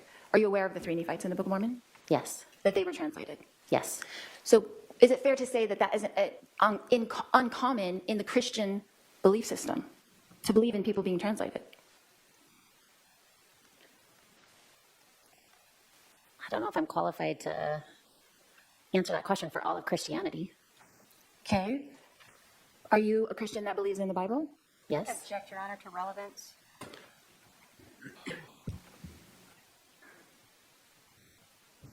I'll allow it briefly, but hurry up and make your point. yes, I believe in the Bible, of course. And Elijah in the Bible is translated, right? Yes, And you believe in that, right? yes, And you're a member of the Church of Jesus Christ of Latter-day Saints, is that correct? correct, So that would not be out of the scope of what you believe. That's all I'm asking. correct. Okay, that's all I wanted to know. Thank you. So when we were having this girls' weekend, what else did we do besides one prayer? I remember going out to lunch, and we went to the temple, and we did service projects. So we had a typical fun girls' weekend Yes, with 5 minutes of a prayer. I don't remember how long that prayer was. But basically, out of the 72 hours that we got together, 5 minutes of it we spent actually praying. Again, I don't remember how long the prayer was, but that was not, from my perspective, the focus or majority of our time spent. Okay. How long would you say that prayer was? 10 minutes? Longer? I don't recall. Okay. But a tiny portion of our whole fun weekend, right? That was a small portion, yes. Okay.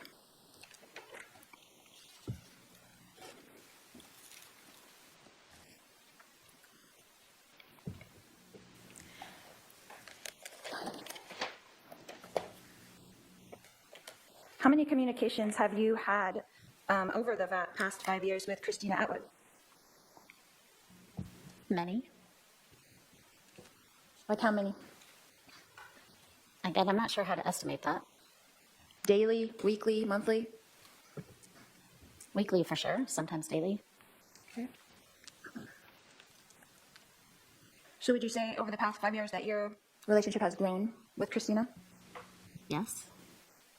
And are you related now? To Christina? Uh-huh. No, we're not related. Oh, as in-laws? No. Okay, I wondered. I didn't know. No.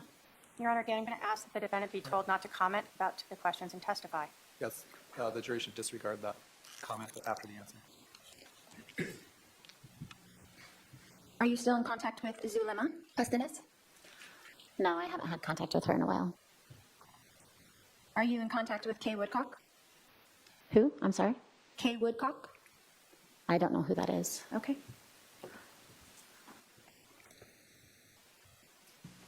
Are you still in contact with Nicole Earl?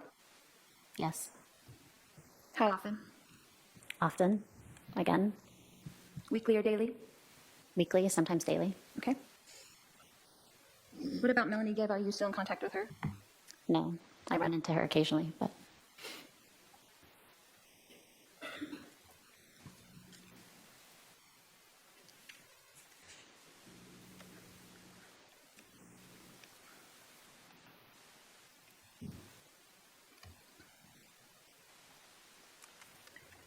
You said also in your testimony earlier that I said that I believe I don't need to repent and you were shocked. Is that correct? yes. What did I say to you exactly? Again, I don't remember verbatim. That was over 6 years ago, but something to the effect of you didn't need to repent. Again, I don't know exactly, or we didn't need to repent, whatever it was, but yes, that's what I remember. What was the context of that conversation? Like, how would that come up? I'm like, how would that come up? I don't remember what we were talking about or how that subject was brought to the forefront, but I definitely remember that comment. You remember that coming out of my mouth to you specifically, not from someone else, but from me to you directly. Yes, and it was, I think, in front of all of us, but I'm not very clear on that. I think it was to all of us from you. So was I teaching a class that you attended and said something in that regard? No. Why would I be the one speaking?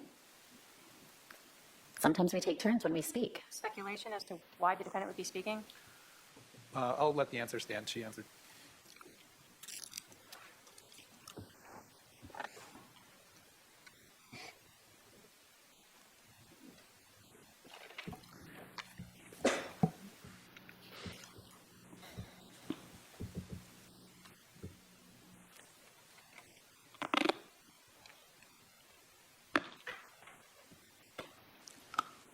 You said something about being uncomfortable on that weekend. Is that correct? With some of the topics? Yes. Why didn't you just leave if you were so uncomfortable?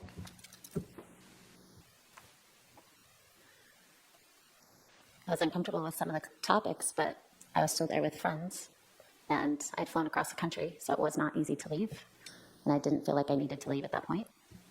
But you're a grown woman, right? You have your own mind and ideas. Yes, of course. So would it be fair to say that you didn't disagree so much at the time, but now looking back on it, you disagree? I don't think that's a fair comment, no. And would it also be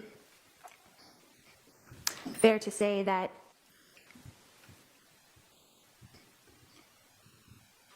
we had a good time that weekend? Yes, we did have a good time.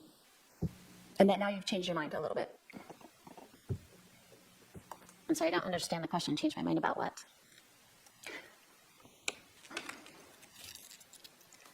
About what made you uncomfortable? No, I didn't change my mind. You had mentioned something about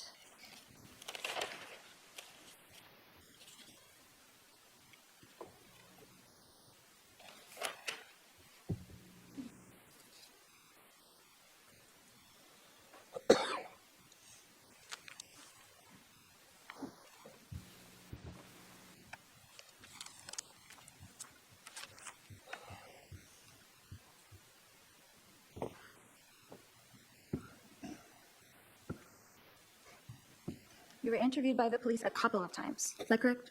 Yes. How many times? Twice. Who were you interviewed by? The first time a detective came to my home, his name was Nate Moffat, I think. Okay. When was that about, approximately? I want to say spring 2020. Okay. How long was that interview? I don't remember. Like an hour or less, or? And Your Honor, the witness has already answered the question. She doesn't remember. Can you estimate how long that interview was? Well, from my memory, I don't remember it well. I thought it was only a few minutes, but I think it was longer than that, perhaps. Longer than a few minutes? Yes. What about your second interview? Who was that with? That was with 2 detectives from Idaho And where did that take place? in the Chandler Police Station. And how long was that interview? That one I remember being longer, for sure. Over an hour, perhaps an hour and a half.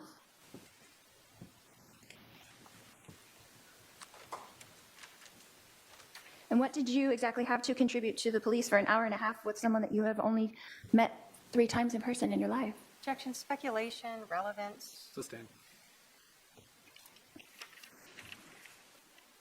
What were they interested in you telling them? And I'm going to object to speculation, relevance. Sustained.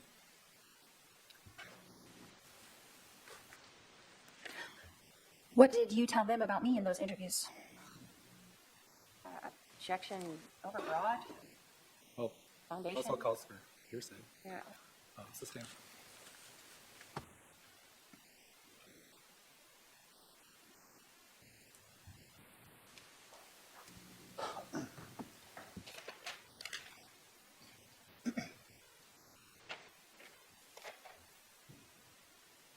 Do you feel like you have something to offer here today in relation to the crime that I'm charged with? Objection, relevance.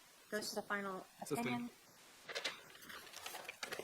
Ms. Sharp, did you see or hear or personally witness me conspire with my brother or anyone else to murder my husband, Charles Vallow? No, I did not. Thank you. No more questions. Redirect.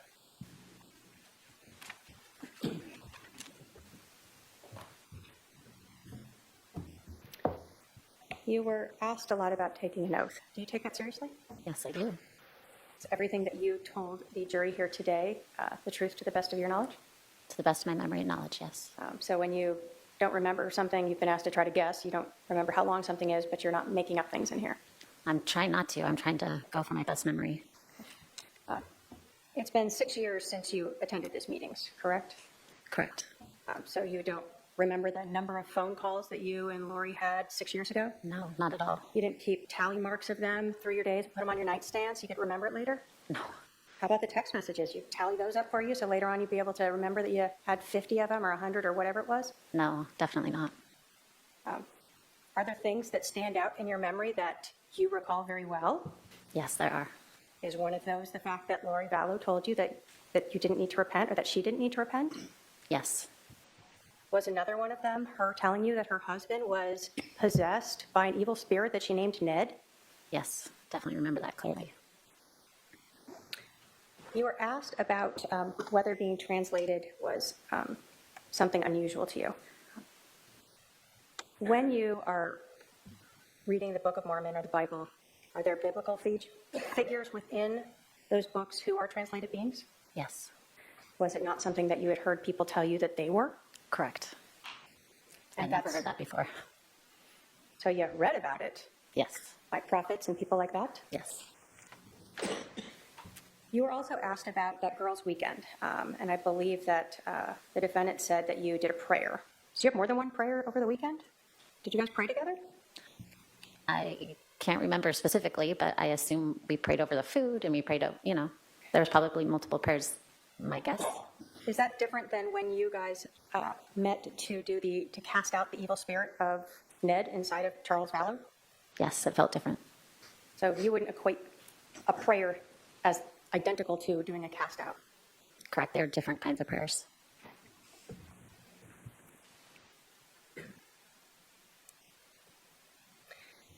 You were asked about why you stayed there that weekend. As someone who was a grown woman and strong in your faith, did you in fact question Lori when she talked about not needing to repent?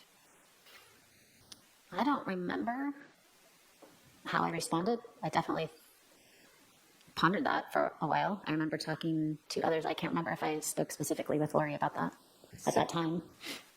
You were, even though that was something you knew not to be within your faith, you didn't just pack up and run away. No. Were there other women there that you were also friends with? Yes. People who you're still friends with? Yes. These women that you are still friends with, has anything about your relationship with them changed the fact that you remember Lori saying she didn't want to repent? I don't think so. Like you didn't say, hey, Christina, I feel like just making up something to say against Lori. What do you think we should talk about? No. You didn't sidle up to Nicole and say, Nicole, let's make up a story about Charles being possessed by Ned. What do you think? No. Those are just your memories. Those are my memories. I have another question, Your Honor. Are there any questions from any member of the jury? If so, please pass those questions forward. I'm not seeing any. All right, you can step down, ma'am. Order here and have a seat to my left.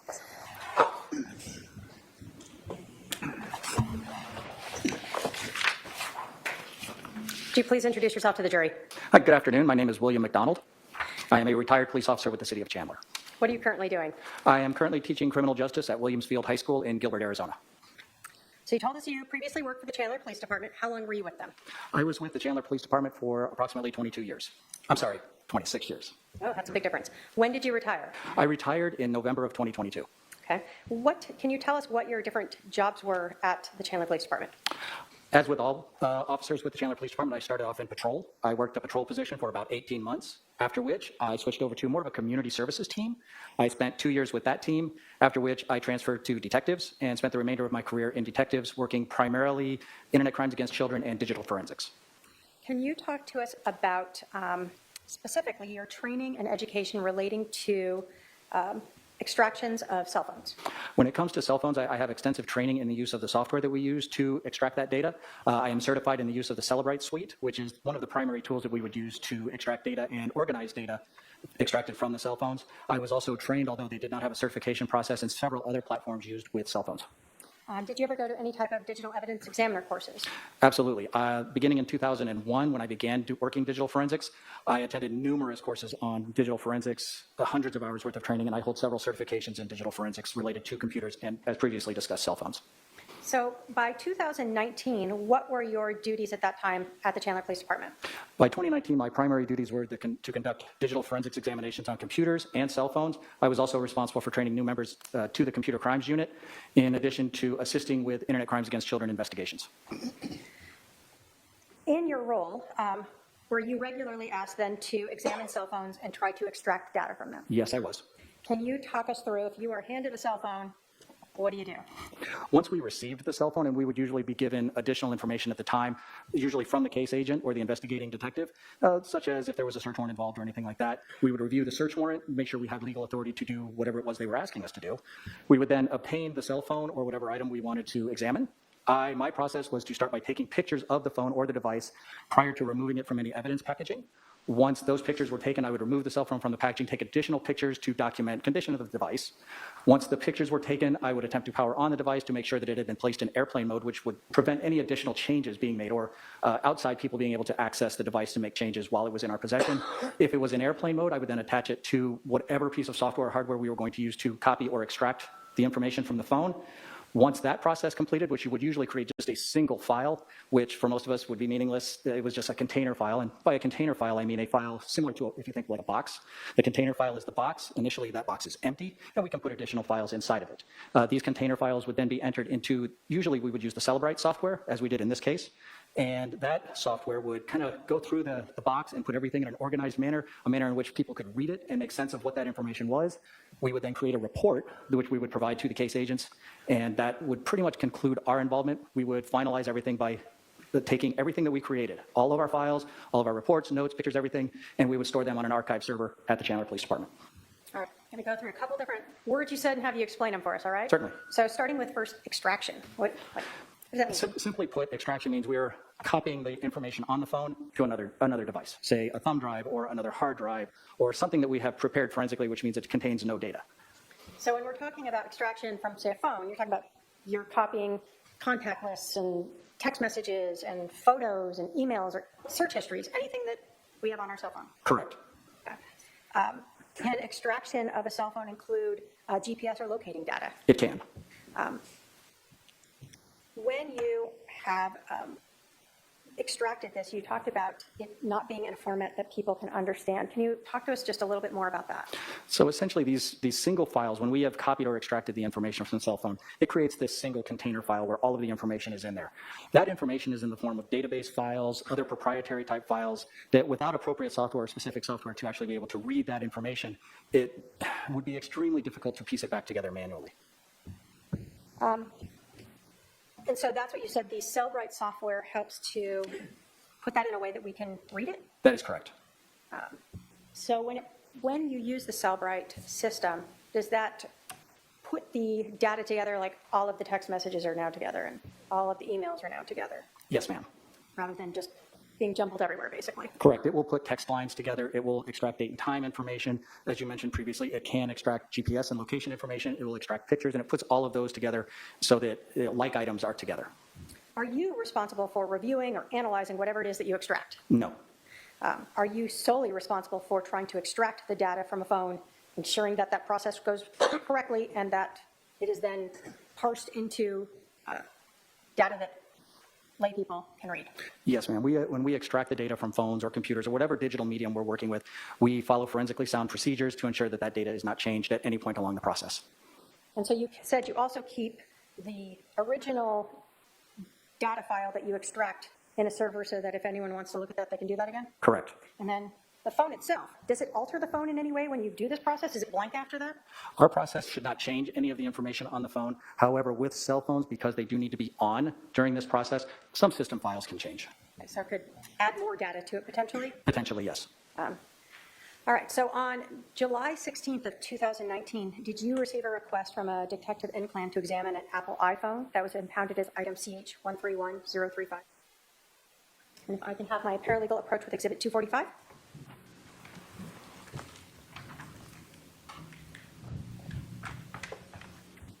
Thank you. Yes, this is consistent with the item I received. Were you provided with a PIN to access that phone? We were. Okay, and what was the PIN you were provided to access that phone? The PIN was 0000. All right, pretty easy to remember. And if you can bring that back. What day did you begin the extraction process? I believe, if I recall correctly, it was July 17th. So the next day. Yes, ma'am. You told us that you first get the phone and you are both documenting it and sort of noting it. I'm going to show you, and if I can have my paralegal approach with Exhibits 180 through 185 that have been shown to defense counsel.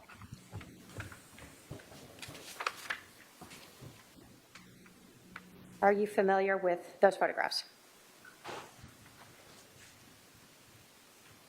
Yes, these are consistent with the types of photographs that I would take. And those related to this review of this cell phone 245. Yes. State will move to admit 180 through 185. Any objection? No objection. 180 through 185 are admitted. And if I can have Yelmo, thank you. Why do you take photos of the phone as you're processing it? Primarily, we take photos of the phone to document condition. I will also take photographs of the item while it is still in the evidence packaging to document how it was packaged and if there are any evidence seals, what the condition of those seals are. All right.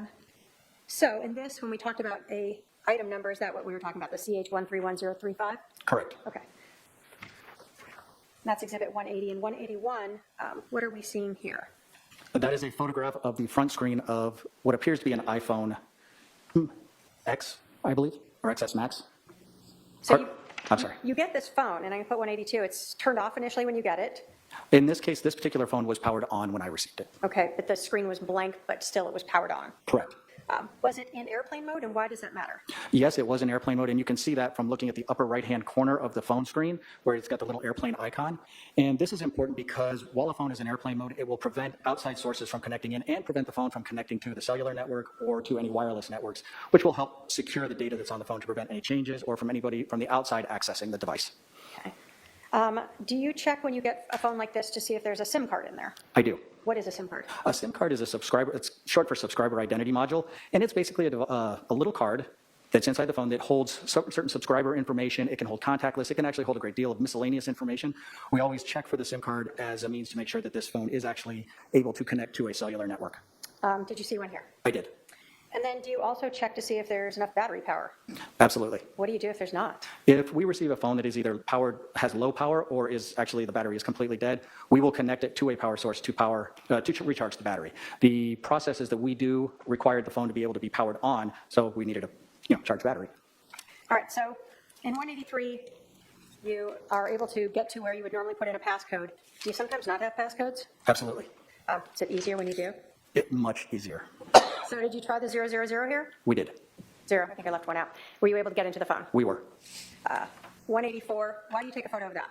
We're just documenting what is visible on the screens, what icons, what applications are installed on the phone. So you're seeing that there have been phone calls that have been missed and mail that's Correct. going on.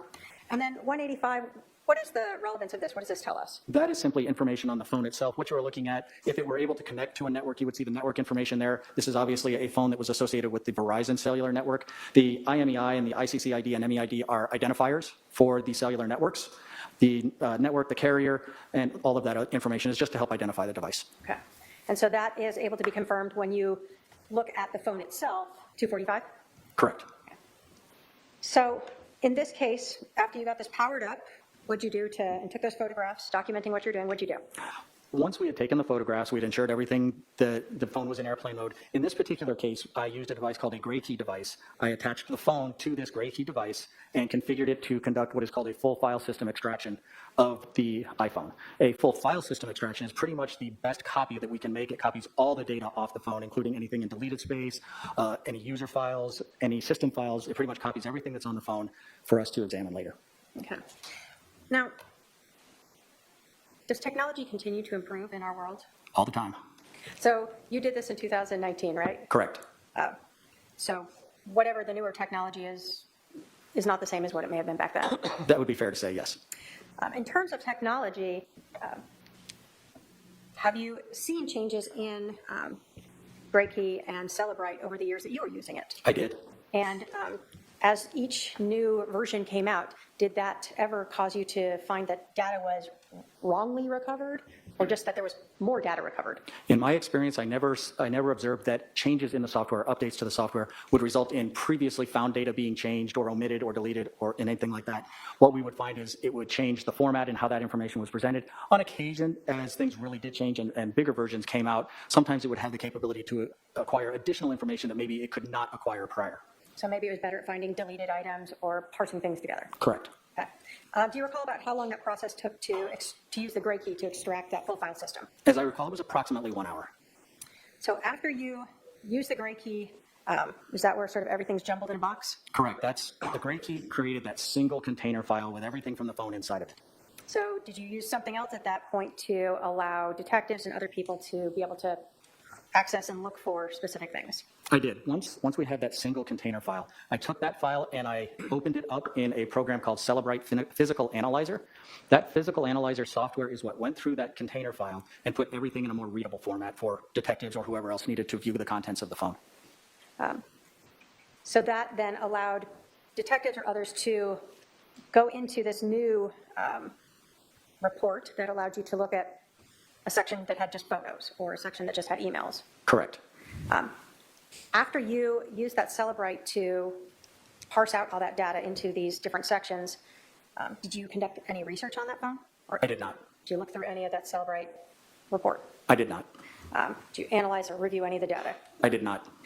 Did you provide the detectives who then had been working on the case with that to review themselves? What we would do, since the Celebrite physical analyzer software was very expensive and actually required a key in order to use, the Celebrite software allowed us to create what we refer to as a reader file, which is a file that they can open in a program called Celebrite Reader, heavily enough, and that would allow them to review the data in a free software platform.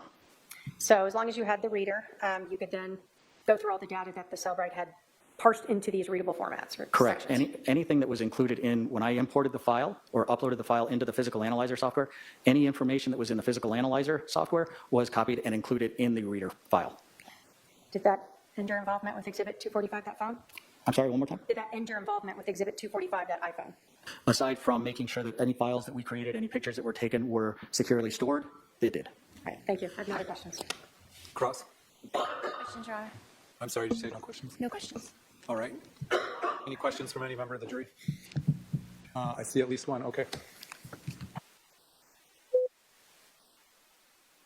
The question is, if someone were to delete their browser history, can you still pull the history? On occasion.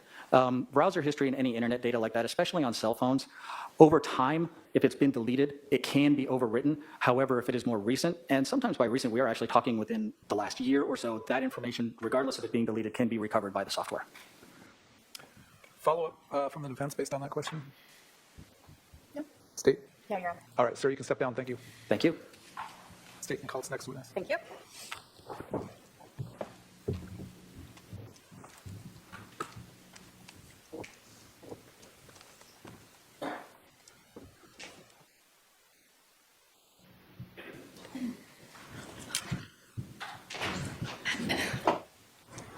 State House Marissa Francisco.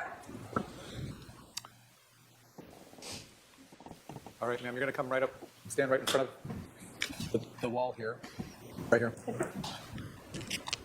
Please spell your name for the record. Yes, Marissa Francisco, M-A-R-R-I-S-A, last name F-R-A-N-C-I-S-C.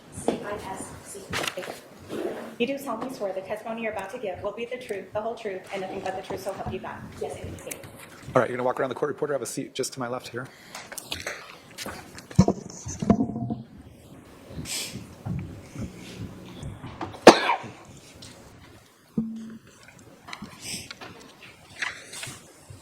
Would you please introduce yourself to the jury? Yes, my name is Marissa Francisco, and I am a forensic scientist with the City of Chandler in the Forensic Services section. How long have you worked there? I have worked there since August of 2018. Previous to that, I was employed at the Arizona Department of Public Safety, and I started there in 2004. So let's kind of go back. What did you do at the Department of Public Safety, DPS? I started my career in the blood alcohol unit, so my duty there was to test blood for the presence of alcohol. I was in that unit for about 7 years. After that, I transferred to the trace evidence unit, where I was trained to do hair comparisons and fiber comparisons. After that, about 2016, 2017, I started training in the latent print unit. In August 2018, I completed my training at the City of Chandler and have been doing latent print analysis primarily at the City of Chandler. Can you tell us the training and your education to be a latent print analyst? Yes, I have a Bachelor's of Science in Biochemistry from the University of California at Los Angeles and a Master's of Science in Forensic Science from the University of Illinois at Chicago. As part of my training for latent prints, it was an extensive 1.5-year long program where there was readings, lectures, comparison exercises, oral boards, and a competency test. I also have to conduct and complete a proficiency test on latent print comparisons on an annual basis. I am also a certified latent print examiner. In order to obtain the certification, I had to complete over 160 hours of certified training and pass a comprehensive exam. Thank you. I'm going to start sort of really general. Can you tell us what latent prints are? Yes. Latent, by definition, is something that is present but not visible. So a latent print is an impression of friction-ridge detail that is not readily visible. Some processing techniques that can be chemical or physical are needed to help visualize those latent prints. So we talk about latent prints, we're thinking of people's fingers. Where do we find latent prints on people? Yes, let me start with defining what friction-ridge skin is. Friction-ridge skin are raised ridges on the palms of our hands and the soles of our feet. They are specialized and only located in those two areas. We often have oils and sweat and other residues on our hands, and when we touch an item, we can leave an impression of our friction ridge detail on that item. And is that what most of us call latent prints, or I left a print behind? Yes, fingerprints. You started to talk about oils and things. Do people always leave behind a print if they touch an object? It actually depends on a lot of different things. First off, the amount of oils and residues on our hands will determine whether an impression is left. Also, the deposition pressure, meaning are we gently tapping on something or are we like really pushing down on it, that will affect whether an impression is left and the quality of that print. The item itself is very important. Is it something that is receptive to prints? Items that are smooth, like glass, I am more likely to find a print on an item like that versus something that is textured and rough, like a cinder block. I would not expect to find a latent print on a cinder block. The condition of the item is also important. How many people may have come in contact with that item. All these different things affect whether an impression is left and the quality of that impression. We can very simply think of a stamp, our fingers being the stamps, the oils being the ink, and depending on how the stamp is placed on different items will determine how that impression looks. Can environment also impact the quality of or whether or not a print remains? Yes. The environment is also important. After a print is left, is it left out to the conditions of rain, or does it get wet? Is there a dust storm? Is it in an area that it has high traffic? Like if a fingerprint is left on a door to a convenience store and 100 people go through there that day, impressions are left, but if I lift those prints, I might not be able to identify them because there are so many prints on top of each other. And so that goes to the next thing. So are prints something that once you make it, it's permanent and there forever? It is there until it is disturbed, so it can be there forever. Can we wipe them away? Yes, Can they be smudged away? they can, yes. So can someone rubbing an object, like a smooth object, get rid of that? Yes. Are there different ways or different processes that you use to obtain latent prints or friction-ridge detail off of an object? Yes, there are. First off, I want to define what a non-porous item is. A non-porous item is an item where water or air cannot pass through it. So when I first receive an item, I determine whether it is porous or non-porous because depending on that, I will use different processing techniques. So for a non-porous item, what processes do you use to try to find friction-rich detail? Yes. On non-porous items, the main processing technique that I use is called cyanoacrylate fuming, more commonly known as superglue fuming. So items are exposed to superglue fumes, and the fumes react to any oils and sweat in the latent print, creating a white visible print that is not readily destroyed. So you've looked at the non-porous item. You don't see any prints on it. Do you look visually first? Yes, sorry. The very first thing we do is I look at the request sheet and see what items are needing to be tested in that case, and also I look to see what the requesting officer wants done with the case. Sometimes they are requesting that the item be swabbed for DNA. If an item is requested to be swabbed for DNA, I have to use clean techniques to help reduce and limit contamination. So clean techniques are when I bleach down all surfaces with bleach, I lay down a clean butcher paper, I use sterile equipment, I'm only analyzing and working with one item at a time, and I'm changing gloves between items to help prevent contamination. So if a request sheet requests DNA evidence, I will have to use clean techniques before I swab the item for DNA. After that, I will do a visual examination of the item. Before any processing techniques are conducted, I will take a flashlight and look at the item to see if I can see any latent prints with a flashlight. If I can see a visible print at this point, depending on the quality of that print, I will take a picture or lift that latent before I move on to any processes. So after each processing technique, I will have to document what I find with either photography, scanning on a scanner, or lifting with powder. So you talked about photographing these latent prints. How do you do that? Like how do you take a photograph of that to ensure it's the right size or shape or whatever, so you can later use it for a comparison? Yes, I have training and experience in taking photographs. So in the photograph, I have to have a scale in it. So I have a scale with the case number, and I am just trained to properly use the lighting I need, adjust the lighting, focus it correctly, have it level with the lens of the camera, and I take a picture and document where on the item the photograph was taken. Okay. So how do you just told us you document where on the item the picture was taken. How do you do that so that you can later go back and say it's in the middle of a mirror or whatever it might be? Yes, I try to be as clear and concise as possible because, like I said, I have to take a picture after every single step. So I have to take a picture if there is any latent print of the visible step, and then if I go on to doing the super glue fuming, I have to take a picture of that same latent. If I go on to another process called dye staining, which we apply a fluorescent dye to even better visualize the image, I have to take that same latent again. So it helps me out to be able to go to find that latent. So I try to be specific on where that latent was found.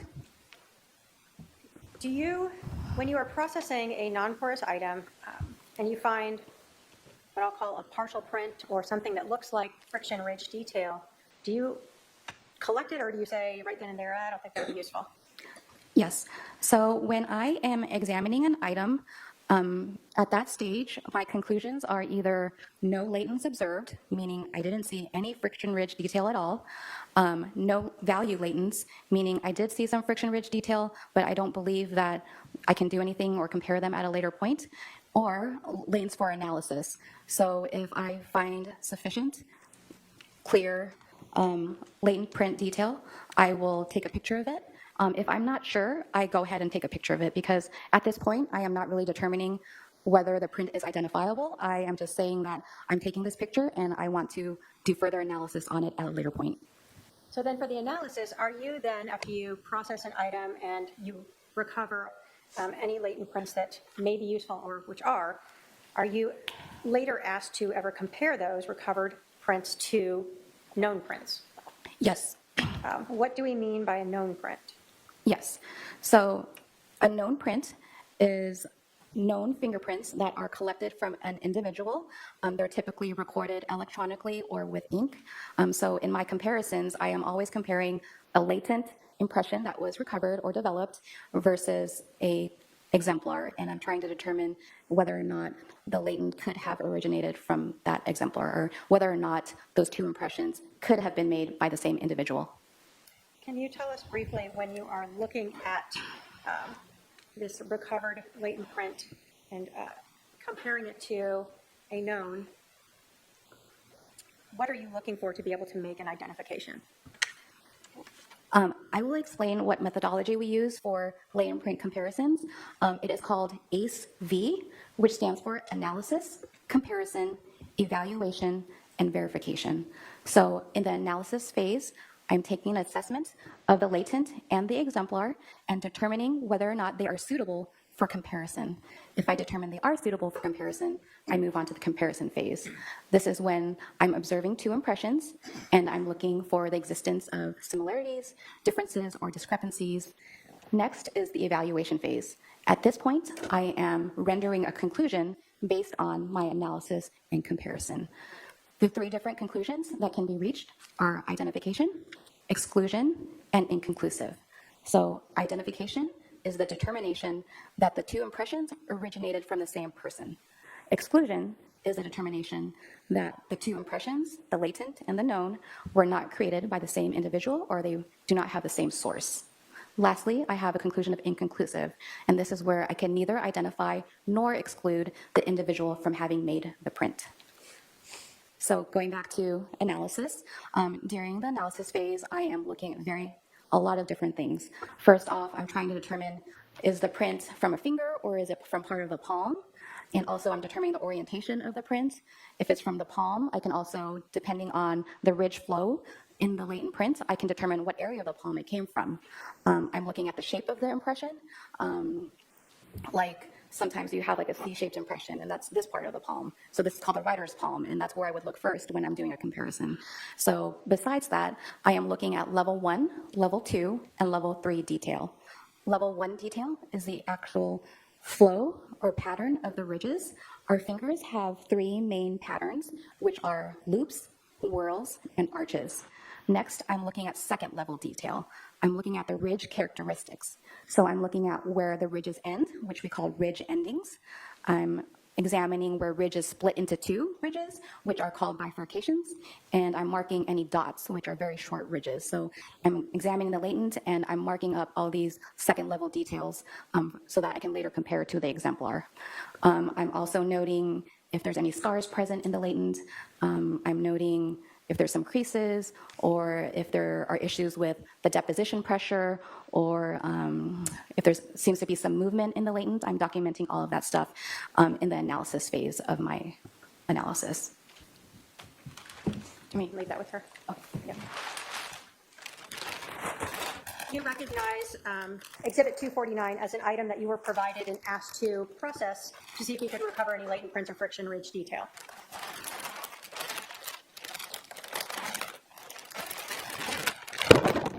Sorry. It's a little awkward. Yes, I do recognize this item. And were you provided with that Exhibit 249, that bat, and asked to try to recover any latent prints from that bat? Yes, I was. Can you tell us, in this Exhibit 249, what did you do to attempt to recover any, and did you recover any latent prints? Yes, on the request, it was also requested that I process the item with clean techniques, because it was also requested that I swab the item for DNA. So I already went through that process and explained that. So I used clean techniques to process this item. And the very first thing I did when I opened up the packaging was I swabbed the textured grip for potential DNA. The reason I swabbed the grip first is because of the texture on that grip, I would not expect to find latent prints on the grip. So I didn't feel that I was potentially ruining any prints, because I don't feel that there would be fingerprints on that textured grip. So that was the very first thing I did. And then I did a visual examination of the bat with a flashlight to see if there were any visible prints at that point. And I don't believe there were, but I would have to check my notes. Looking at your notes, help refresh your recollection as to whether or not you did find anything there. Yes. Do you have your notes up with you? Yes. If you want to take a look at those, and then let us know when you're done if that has refreshed your recollection.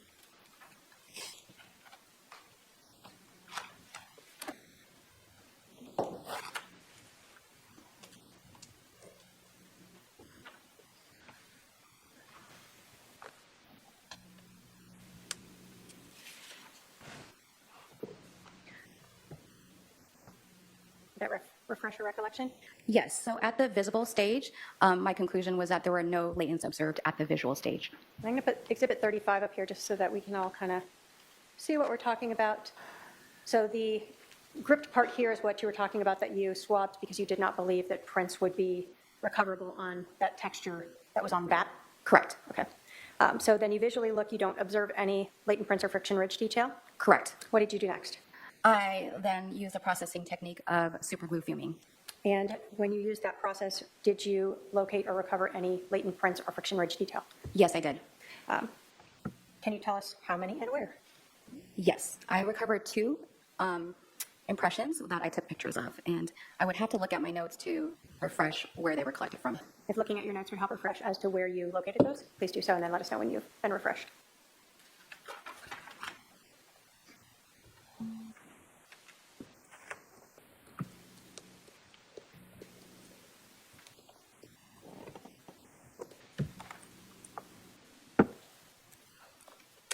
I'm ready. Where did you locate those 2?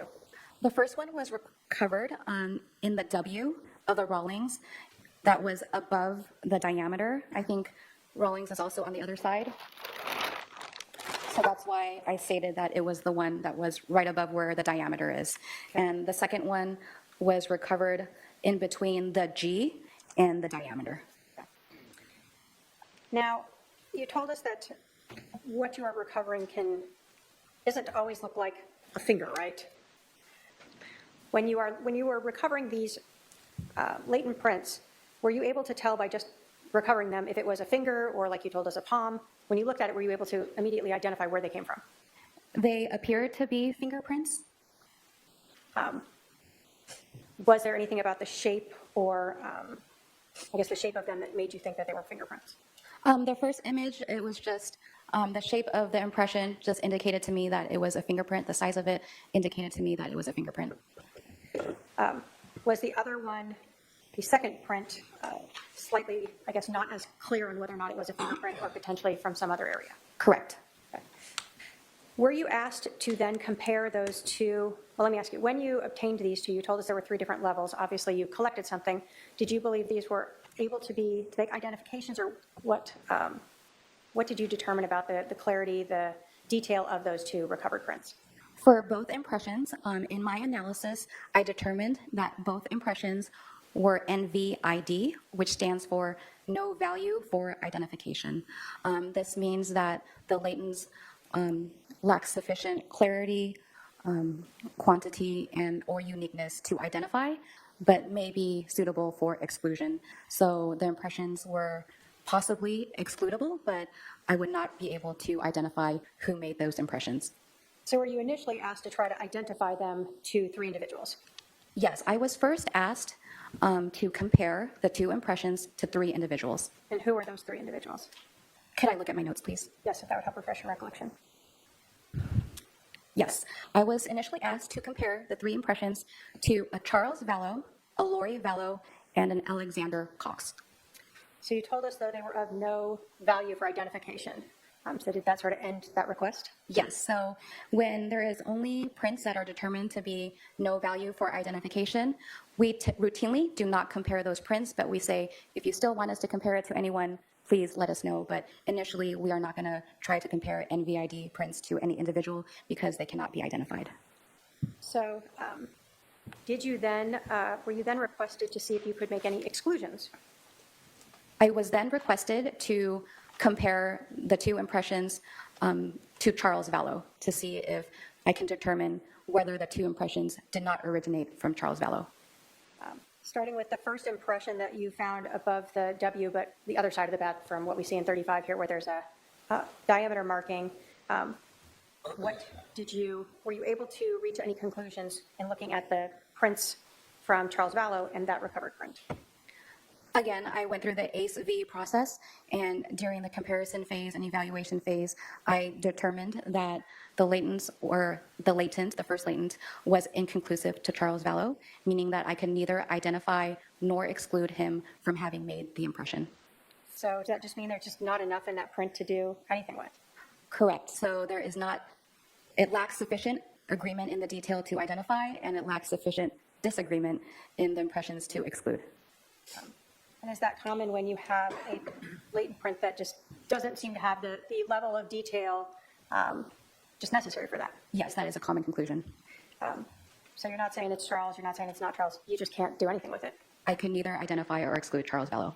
So for the second print, did you also attempt to compare that to latent prints from Charles Vallow? Yes, I did. And were you able to reach any conclusions as to that? Yes, my conclusion was that the latent was inconclusive to Charles Vallow due to lack of detail in the latent and exemplar. Were you ever asked to try to exclude Alex Cox as having made those latent prints? No. After I initially did not compare the latents to the 3 individuals on the name comparison, I was only asked to compare the 2 impressions to Charles Vallow. So you also weren't asked to try to exclude or secondary compare to a Lori Vallow? No, I was not. And were you ever asked to compare to a Tylee Ryan? No, I was not. Did that sort of end your processing and comparisons of this bat? Yes. Thank you. I have no other questions for this witness. Cross. I have one question.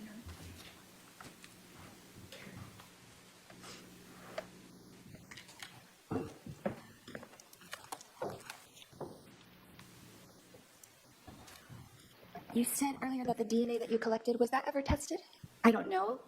Is it sent somewhere else? Correct. So the city of Chandler does not have the capability to test for DNA. Anytime we swab for DNA, we send it to the state lab for analysis. So you swabbed it and sent it to the lab, and that was the last you heard of it? Yes. Okay. Thank you, that's all. Any redirect? No, Your Honor. Any questions for this witness from any member of the jury? I don't see any, so you can step down, ma'am. I think it's a good time to take our afternoon recess. We'll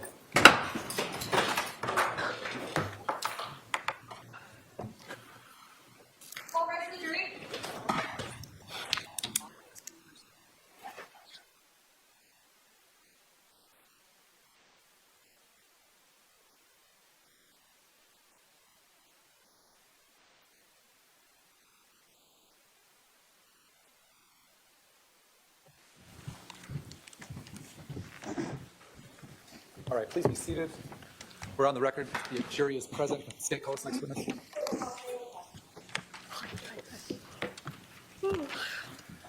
All right, ma'am.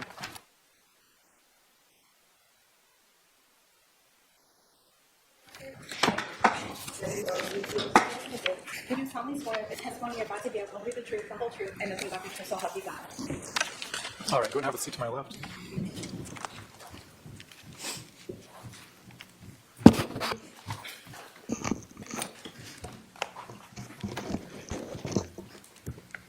Would you please introduce yourself to the jury? My name is Kay Woodcock, Charles Vallow's younger sister. How old are you? How old am I today? Today. 64. And are you married? Yes. Where do you currently live? Lake Charles, Louisiana. I want to talk to you about your siblings. You told us that you are Charles's sister. How many siblings were there in your family? 6. And where did Charles fall into that? He was number 3. Who are the other siblings? My oldest sister, Terry, then my next sister, Susan, then Charles, then Jerry, then me, then Bobby. And where did you guys grow up? We're in Lake Charles. Were you close with your brother? Yes, I was. Did you know his wife, Lori Vallow? Yes, I do. Can you point her out in the courtroom and tell us what she's wearing? She's the defendant over there in the black jacket. Your Honor, may the record reflect the witness has identified the defendant. Mitchell. I want to talk to you sort of about Lori and Charles. Were you at their wedding? No, they went to Las Vegas. Do you recall what year they got married? 2006. Did they have a reception that? I don't know if that's what you'd call it, but there was a family gathering in March of 2006 at a ranch in near Austin, Texas, that we all went to. Okay, kind of to celebrate that? Yes. Had your brother Charles been married before? Yes. Did he have any children from his prior marriage? Yes. How many? 2. And who were they? Cole Vallow and Zach Vallow. And did you know if Lori had any children from a prior marriage? Yes. Colby Ryan and Tylee Ryan. And when Lori and Charles got married, did Charles's 2 sons live with them? Live with Charles and Lori? Yeah. No. Did they stay with their mother? Yes, they did. They visited, but they never lived there.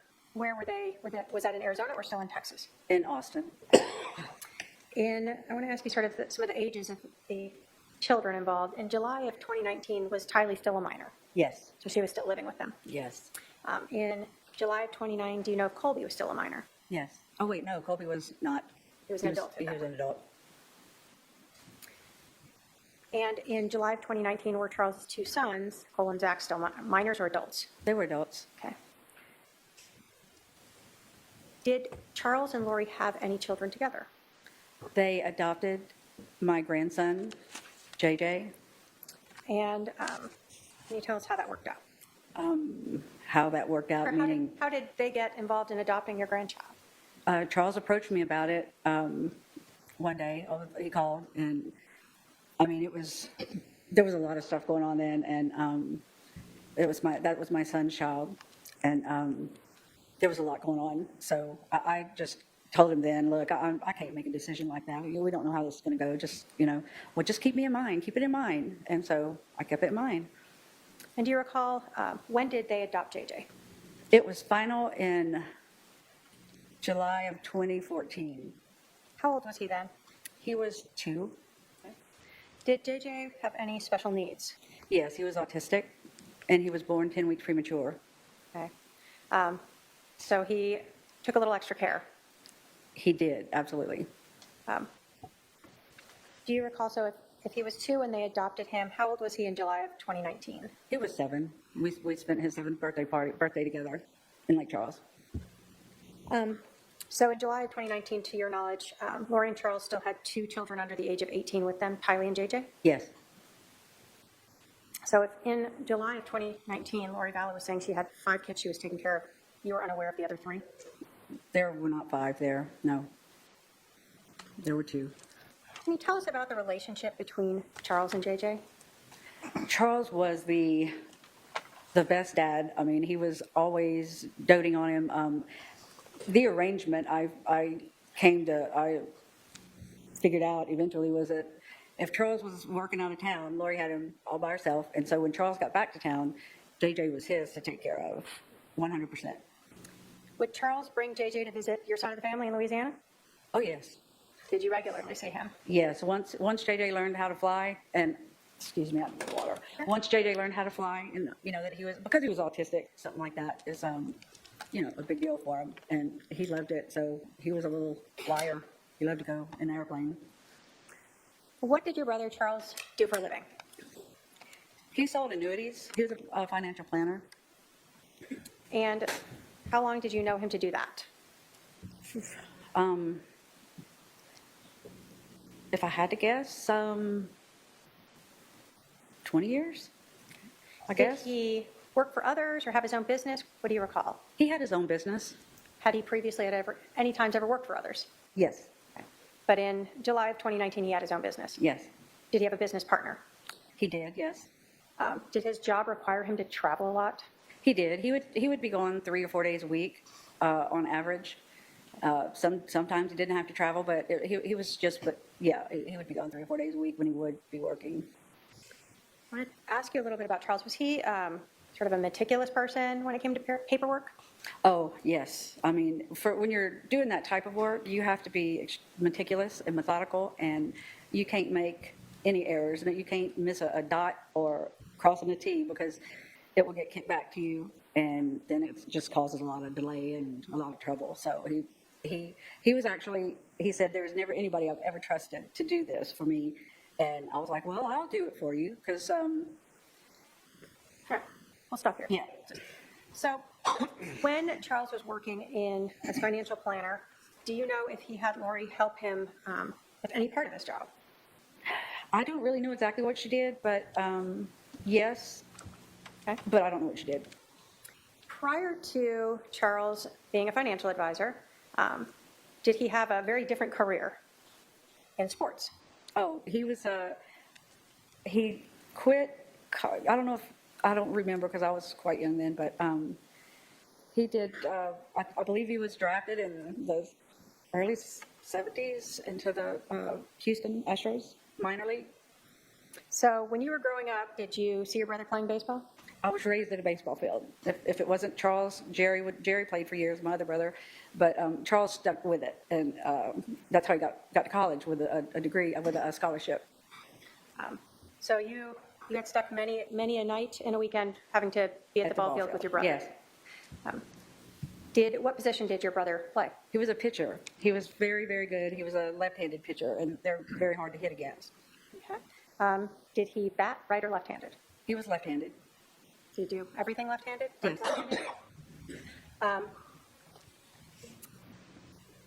After your brother, well, let me ask you, do you know how long he played in the semi-pro? I don't. He had moved to Houston, and but he blew out his knee, and that's into that right there. Did your brother stay in shape after that, even though he blew out his knee? Oh yes, he was always doing something.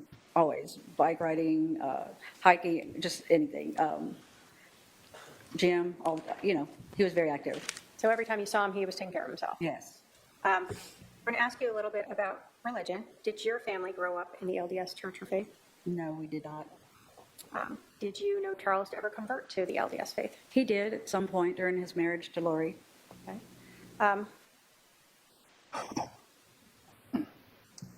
When Lori and Charles were married, did they always live in one state or did they move? No, they lived here in Phoenix, in the Phoenix area, Chandler, Gilbert, and then they moved to Hawaii in 2014, and then they moved back late 2016 or early 2017. Back Here to Phoenix area. Do you recall where they were, what state they were in when they met? When Charles and Lori met? Yeah. They were in Texas. Texas, okay. In 2018 and 19, you told us that Charles and JJ would come visit you and the family regularly. Yes. In March of 2018, did you have a member of your family pass away? Yes, my mother did in March of 18. Did Charles come out for that? Yeah, yes, he did. He was there for her services. Lori was not, and we felt like something was going on. Well, actually, my husband felt it before I did, and then when she didn't show for my mother's funeral, I just thought that was just appalling. It appalled me that she wouldn't even come to something like that with her husband. What was your relationship like with Lori?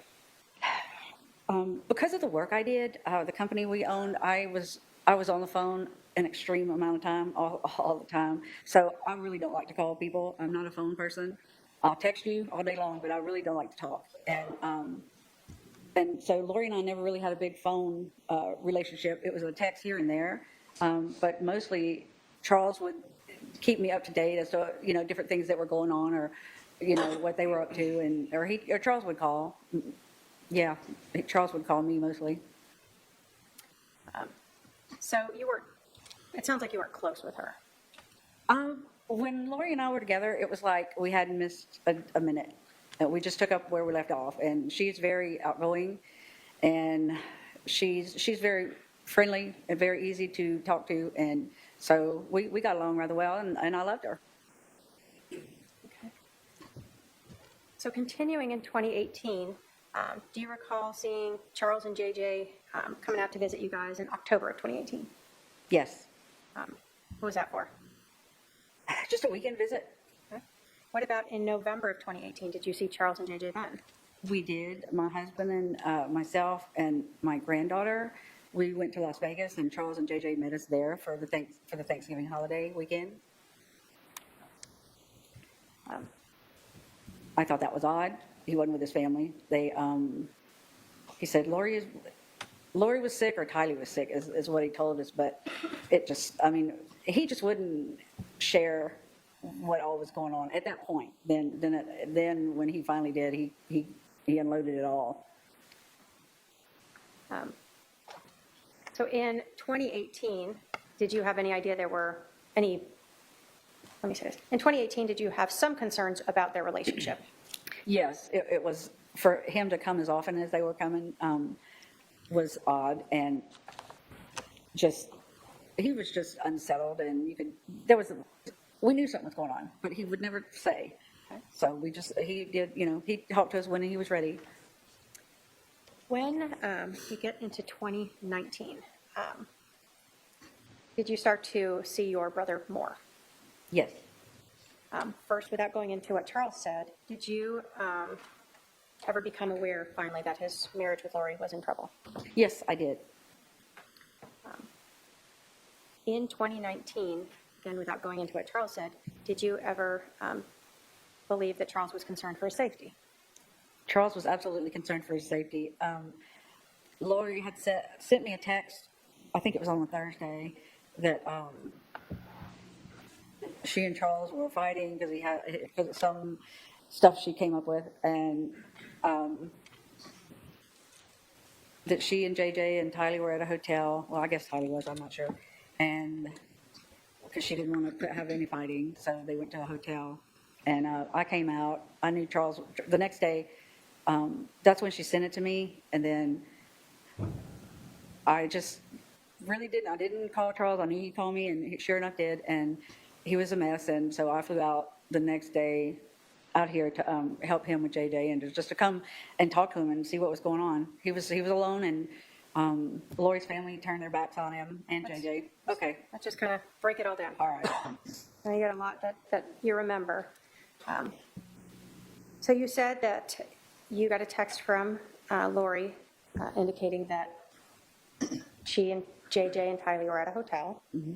And then you said that Charles then called you maybe the next day, Yeah. and you came out here to Arizona. Yes. When you came out here to Arizona, did you become aware at that point that there was a big problem now with their relationship? There was a huge problem now with their relationship. And during this time when you had come out here, do you remember approximately when that was? Like the 1st of February of 2019, or the 2nd. It was right in there. When you came out here, did you then speak with Charles about his concerns for his safety? Just yes or no? About his what? His concerns for his safety. Oh, yes, absolutely. That's just yes. is this the time where, well, let me ask it this time. When you came out here, did you see Lori? No, When you came out here, did anyone know where Lori was? no, nobody was talking about where she was. Nobody would tell Charles where she was. So your brother was trying to find where she was? Yes, he was. Where was JJ at this time? He was with Charles, and that's one of the reasons I came out was to help him with JJ, because he was quite a handful, and Charles was a mess. He was broken. He was a broken-hearted man. So you come out here, Charles has JJ. Where's Tylee? Do you know? She's, as far as we knew, she was staying at Lori's brother's. That's what we knew then. Okay. Did you have any interaction with her? No. How long did Charles have JJ where he's looking for Lori and can't find her? Well, that portion of the time was 58 days, and I knew how many days it was because every day Charles would say something. He would tell me. So he was counting them. He would count them. Were you out here the whole time? What'd you do? I could work remotely at the time, so I did stay out here a lot, often, but I would fly back. I was back and forth between Louisiana and here from February until the end of March, because at that point, we moved Charles to Houston. So the end of March, you said you were moving Charles to Houston. Was that with JJ? Yes, Why are you helping him move to Houston? because Charles told me that Lori did not want JJ anymore, or Tylee, or him. And I said, okay, well, look, what if you move to Houston and I'll be 2.5 hours away, and when you go out of town, I'll come and stay with JJ. And so he was talking about hiring a nanny, and I said, no, I will be the nanny, and I'll come and take care of him when you have to work. And it's easy enough, and you won't have to pay a penny. So when Charles has JJ, you're helping take care of JJ in this time period in February, March. Yes. What about Charles's business? Did you help with that at all? Yes, I had to get my arms around the whole thing. All the payments that needed to be made, the accounts, the emails, all that stuff you have to change over and change the password and all that, so Lori couldn't access it any longer. You said you had your own job. What were you doing at that time in addition to helping your brother? My husband and I owned a coastal crew change. It was a transportation company for the offshore oil and gas and LNG industry. Okay. So you're trying to work that job and help Charles with his business. Yes, I had a really great assistant who helped me an awful lot. Do you remember when you were packing up to move Charles to Houston? Yes, You there? I was there. Did Lori show back up? She did. I was in the pantry in the kitchen, packing up the pantry, and I don't know what, just something caught my attention, and I walked out, and she was standing there. She had her back to me. Charles was sitting at the table on his phone, and he obviously didn't realize that she was there. And then finally, when he hung up, he looked up, and there she was, and he started crying, and she started yelling Do you recall what she was yelling about? that, why did you take JJ? Why did you take JJ? Why did you take him out of school? Why are you moving? What are you doing? All this is your fault. It was just ridiculous. So she'd been gone for 58 days, leaving, No contact whatsoever. and then she shows up at the house when you guys are moving out. Yeah. What was Charles's demeanor reaction? You said he was crying? He was at first, but then he was just trying. Charles was a very soft-spoken man, and he was just trying to get a word in edgewise. And finally, Lori settled down a little bit, and they went and they talked for a while in the living room, or I guess it's like a great room. And then they moved to the bedroom to talk, and I could still hear every now and then Lori would get a little loud, but they were talking. And then I remember that Lori came. Let's see, I was sitting at the dining table, and she stood next to me, and she said, "I love you, KK." And I said, "Well, I love you too. I'm sorry this is happening." And she cried, and I didn't know what to do really. So, I mean, I just was there. And then she walked off, and the next day she came, I don't know who came, but they got Tylee's belongings out of the casita where all of Tylee's belongings were. And I don't remember if she got anything of hers. I really don't remember. Okay. So are we now talking at the beginning, end of March, beginning of April of 2019, when Charles is moving back to Houston? Yeah. Did he bring JJ with him? Yes. Well, in order for me and Charles to move in, Larry, I flew out here and brought JJ back to Louisiana with me, and then my husband, Larry, kept him for a week while I flew back here to help Charles pack and then drive back to Houston. All right, so you guys rented a big truck and drove it? He drove the U-Haul, I drove his pickup. All right. When you and Charles got to Houston, then did your husband bring JJ back? Yes, he did. Through all of this time with Charles, when he was looking for Lori while she was gone for those 58 days, did he still want Lori to be part of JJ's life? He did. He did. He never was trying to take that away from Lori, even though Lori didn't want him anymore. I still didn't. I never really understood that, but I guess he was just hoping for the best. But yes, he absolutely wanted her to be part of his life, Lori's life. So once Charles moved to Houston, did Lori ever also move out there? I don't know if you call it moved out there, but she did. She came that day on March 28th. Charles said, "Look, we're moving to Houston. You're welcome to come. I'll fly you out Sunday." And she said, "No, I'm busy. I have a project," or something she was doing in Hawaii. She said, "It'll be about 2 weeks and I'll be in Houston." So whatever she did, she was gone for 2 weeks, 2 more weeks. It was a total of 72 days, I believe, she was gone altogether. And then she was there. She and Tylee moved in at Charles's, and Charles said that she slept in JJ's room with him.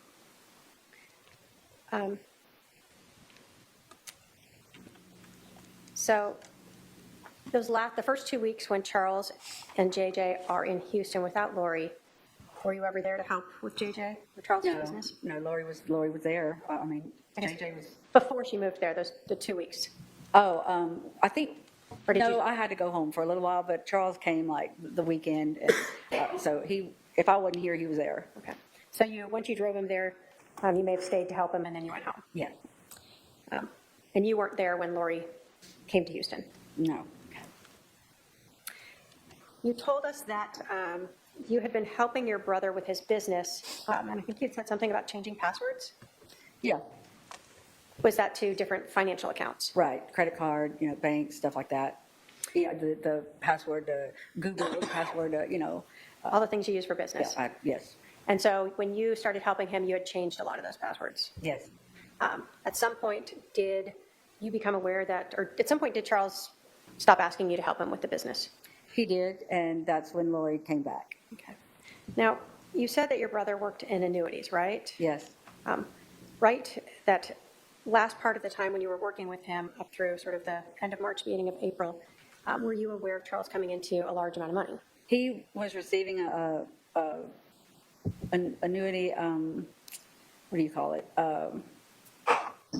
I can't think of the word right now, but he was receiving like $125,000 check for his commission for annuities, and Lori obviously knew that because she was there just a few days before that came into the bank, that was deposited into the bank. I had access to the bank, so I would watch that. Okay. So even though Lori came back, you still had the passwords to look into Charles's account? Yes. Do you know how long Lori stayed in Texas with Charles? It's like she wasn't there the entire time, but I mean, she was always traveling through May. I'll say towards the end of May. I'm not for sure exactly what day.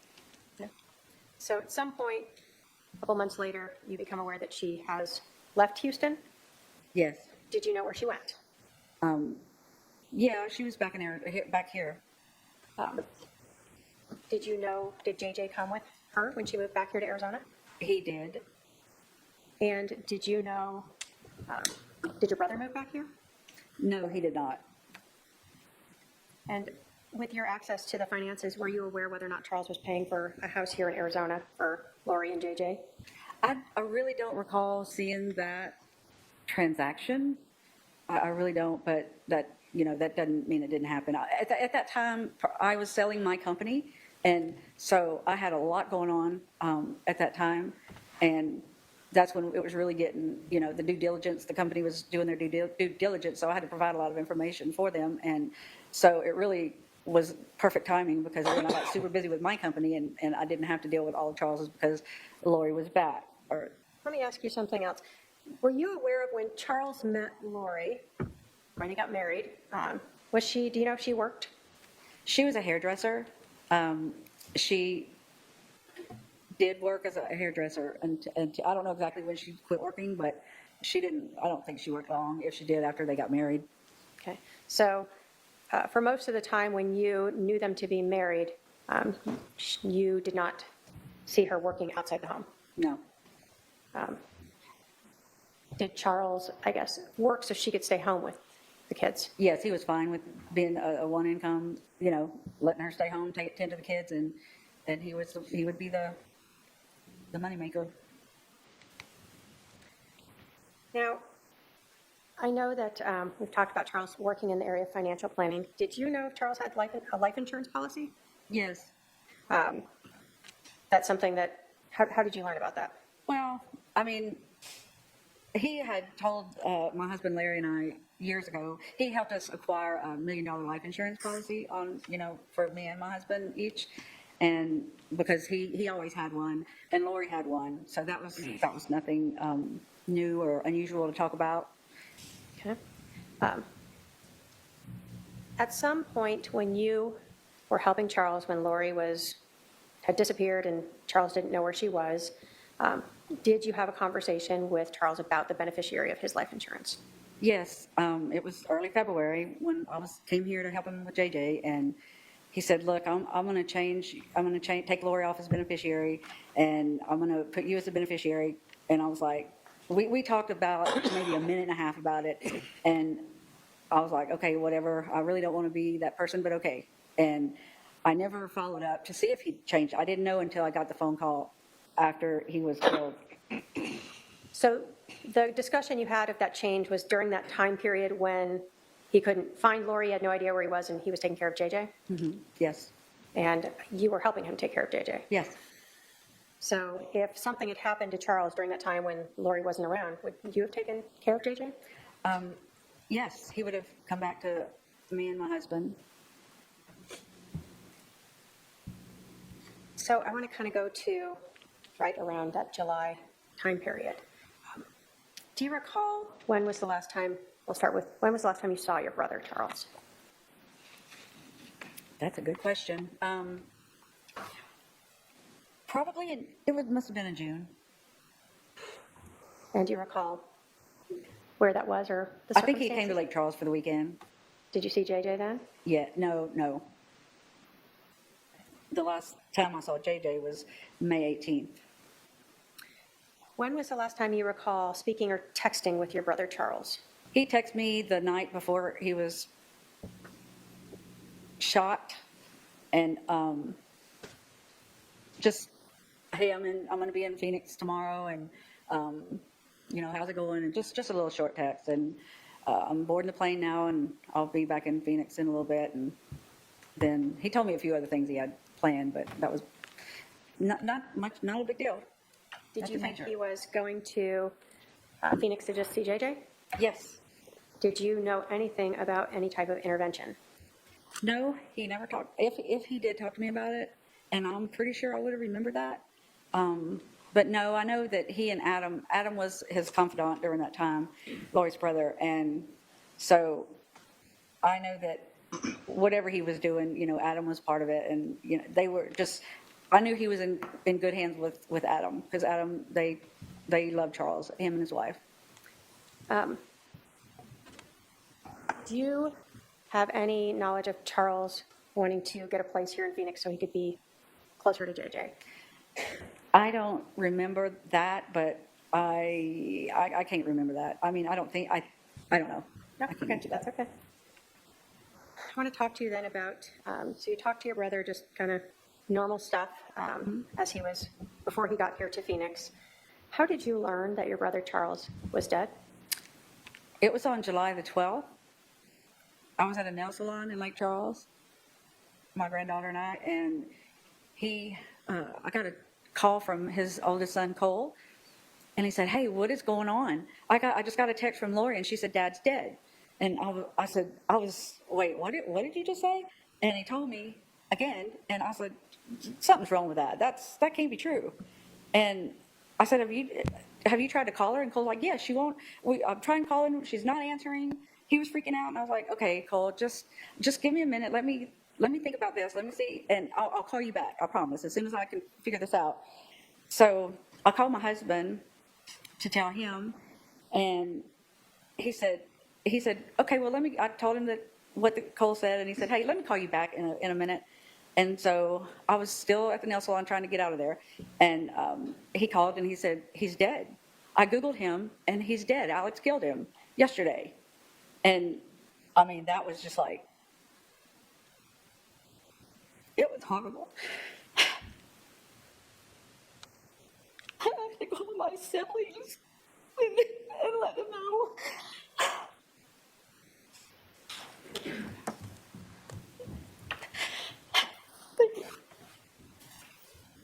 And everybody was just freaked out. I didn't know what to do. But I did call Cole back and let him know that it was true. And just was telling me, let's keep in touch. You find out something, I'll find out something. We'll let each other know. And Did you try to reach out to Laura? I tried calling, texting Charles. I tried calling, texting Lori. And at some point, she texted me. She returned a text, something like, I'm having to deal with a lot of stuff, and I'm busy. And she was too busy to even call his family to say that he was dead by her brother killing him. And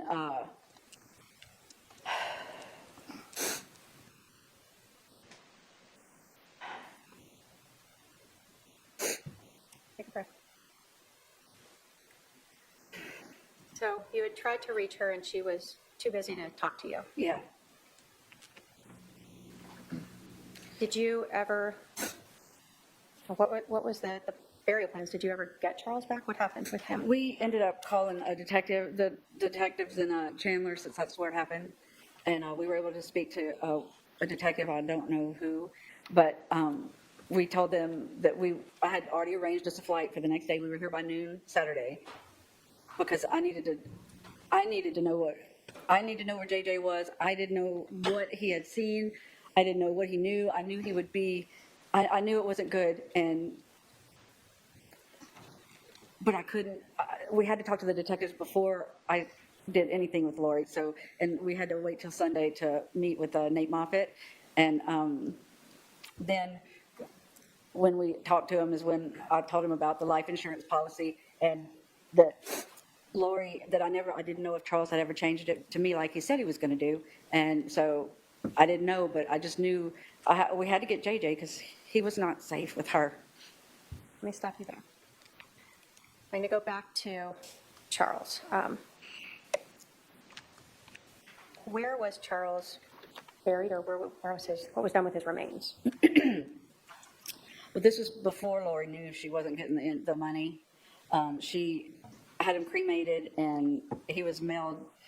He was a FedEx or whatever over to my office, along with his Letterman's jacket from high school and a couple pair of cheap sunglasses and 1 or 2 watches. It was just a few little trinkets. And Charles had a watch collection, and she just sent some crap. So she cremated him and FedExed him to you. Yes. And sent him to your work office? Yes. Now you're saying this is before she learned the life insurance policy was not going to be, she was not going to be the beneficiary. Did you set up like a service for Charles? Yes, my family and I made arrangements for a memorial service to happen in Lake Charles on August the 3rd, which was, He was killed July 11th, so took us a little bit to put it together, but we did. Did you talk to Lori about having JJ come out for Charles's service? I think the last time I talked to Lori was she told us that she wanted, I asked her, what can we do in Houston? I was trying to be nice because I knew she had something to do with his murder. And I'm not one that can just lie off the cuff. I'm a bad liar. And so when I did talk to her, and it was a long, awkward conversation I had with her, but I was like, what do you want us to do with that stuff at the house in Houston? But when we got to the house in Houston, and she did, y'all please go do what you want to do with it, see what Cole wants, y'all split it up, y'all take it. She gave you permission to go to the Yes. house in Houston and take whatever was there? Yes, and when we got there, none of Charles's personal belongings were there, nothing at all. And that, I couldn't figure out why nothing of Charles's or JJ's was there. Or wait, nothing of Charles's was there. Just his business files and the big furniture, sofa, beds, stuff like that. So you went there, you did that. How did you, and you told us that you did not know for sure if your brother had ever changed the beneficiary from Lori to you. How did you find out if that was done? I think it was the following week, a lady from Banner Life, that's where it's policy, who wrote the policy, a lady called and said that I was the beneficiary, I was the sole beneficiary, and, what was our address, and she wanted to verify a few things, and to send out the check. When you got that call, did you ever have Lori confront you about the life insurance policy? Did I ever have Lori what? Yeah, did Lori ever confront you about being the beneficiary for Charles's life insurance policy? Yes, she didn't call and do it. She sent me a text one night, a picture or two of a screenshot. She took a screenshot of the change of beneficiary form with my name on it. And she said something to the effect of 5 kids and his sister gets all the money, or is that why you want JJ? Something to that effect, which it made no sense. I want JJ, period. That was a dumb statement by her. So let me ask you this. So she told you again that she was left with these 5 kids, right? Yeah, 5 kids. She had Colby and Tylee and JJ. And Colby was out of the house, so it was just Tylee and JJ. So she's messaging you this saying how upset she is because she has 5 kids to take care of. Yeah. And then she tells you that, is this why you wanted JJ to come to Charles's service? No, I had already gotten the okay from her to come get him. I was going to fly here, pick him up, go back to Louisiana, keep him for a week, and attend so he could attend the service during that time. And when she found out when she found the change of beneficiary form, she said that she was too busy. They were moving to Hawaii, and it would be too confusing for JJ to come, and he needed to be with her. So after she found out and had confronted you about that change of beneficiary where you are now getting Charles's life insurance policy, she changed her mind and refused to let JJ go to Charles's service. His service.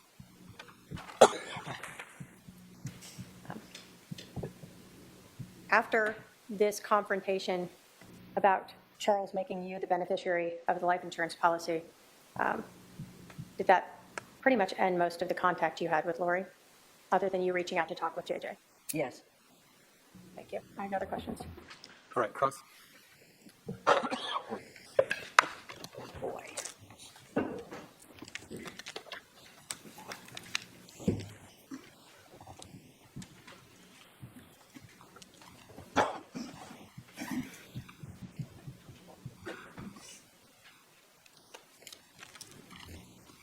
Ms. Woodcock, where were you on July 11th, 2019?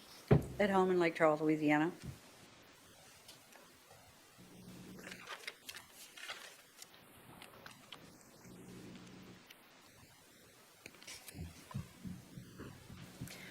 Were you aware at all of the relationship between Charles and Tylee?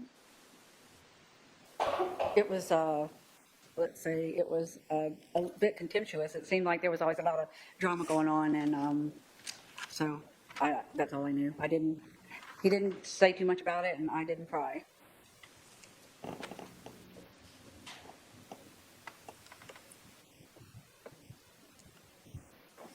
Thank You knew that there was some kind of contention going on with those two for I a can't hear while. you. I'm sorry. You did know that there was some kind of contention going on with those two for a while. Yes. Okay. And you weren't really aware of the events that happened that morning, were you? The morning of the July- murder? Of July 11th? No, I wasn't. Okay. Because you didn't tell me.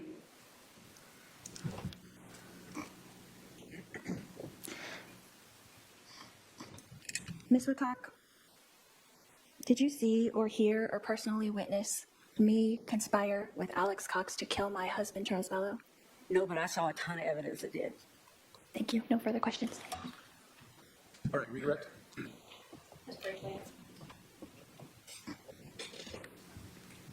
You were asked about the relationship between your brother and Tylee. How old was Tylee when Lori and Charles got married? She was 3, or right around 3. So was Charles in her life for most of her like memorable years? Exactly. Yes, he was. And how old was she in July of 2019? She was 16. Yeah, So a teenager. yes. In terms of their relationship, are you saying that Charles and Tylee never had good times? Oh, I'm not saying that. I saw them have good times, and it wasn't, it wasn't that they couldn't look at each other, it wasn't like that. But, I mean, yeah, a teenage girl on one is hard anyway, but I do know that there was a lot of issues with her dad and Lori with her ex-husband and custody, and it was a mess. It was a mess. So Tylee had a lot going on in her life. Yes, she did. And you would see her and Charles at times have difficulty getting along.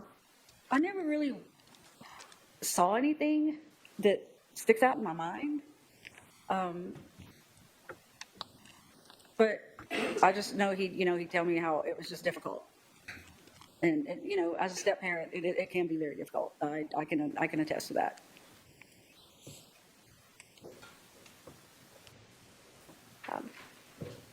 So on July 11th, when Charles Vallow was killed, did you actually have any idea that your brother was dead? None at all. How would I know? So in terms of you learning that your brother was dead, it was never from Lori Or Vallow. from her. It was, It was from Google that my husband found. thank you. I have no other questions. Are there any questions for this witness from anyone on the jury? I don't see any questions. You can step down now.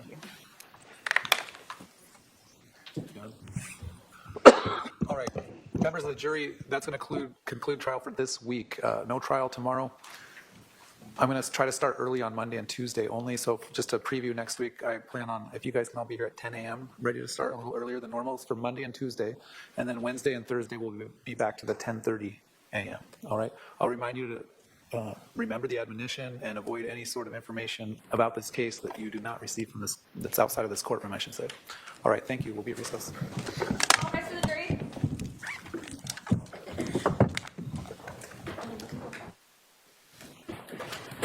Is there anything from either the state or the defense?